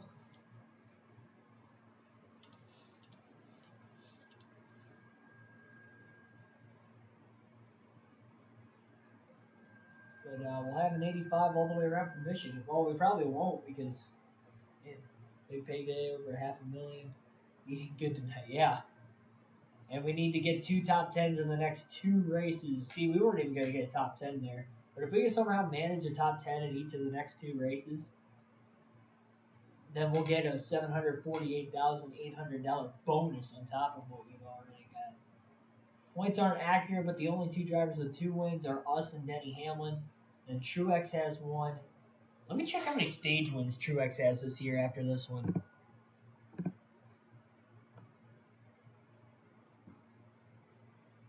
He's got a ton. I just cannot believe he led 365 laps and we still won the race on the last lap pass. 365 out of 400 of all things. He had 6 stage wins, and I don't even think that's counting the last couple races. I haven't put in the points yet, but I know he's been leading because he won a couple stages there. So at least 8 stage wins, but he might have more already. We're only 13 races in. Unbelievable. Well, I don't know how you couldn't like, share, or subscribe to the channel after that one, but like, share, and subscribe to the channel after this race here tonight. What a wild finish to the Coke 600. Leading just basically a couple 100 feet. And that was all we led tonight, but that was all that mattered in the end.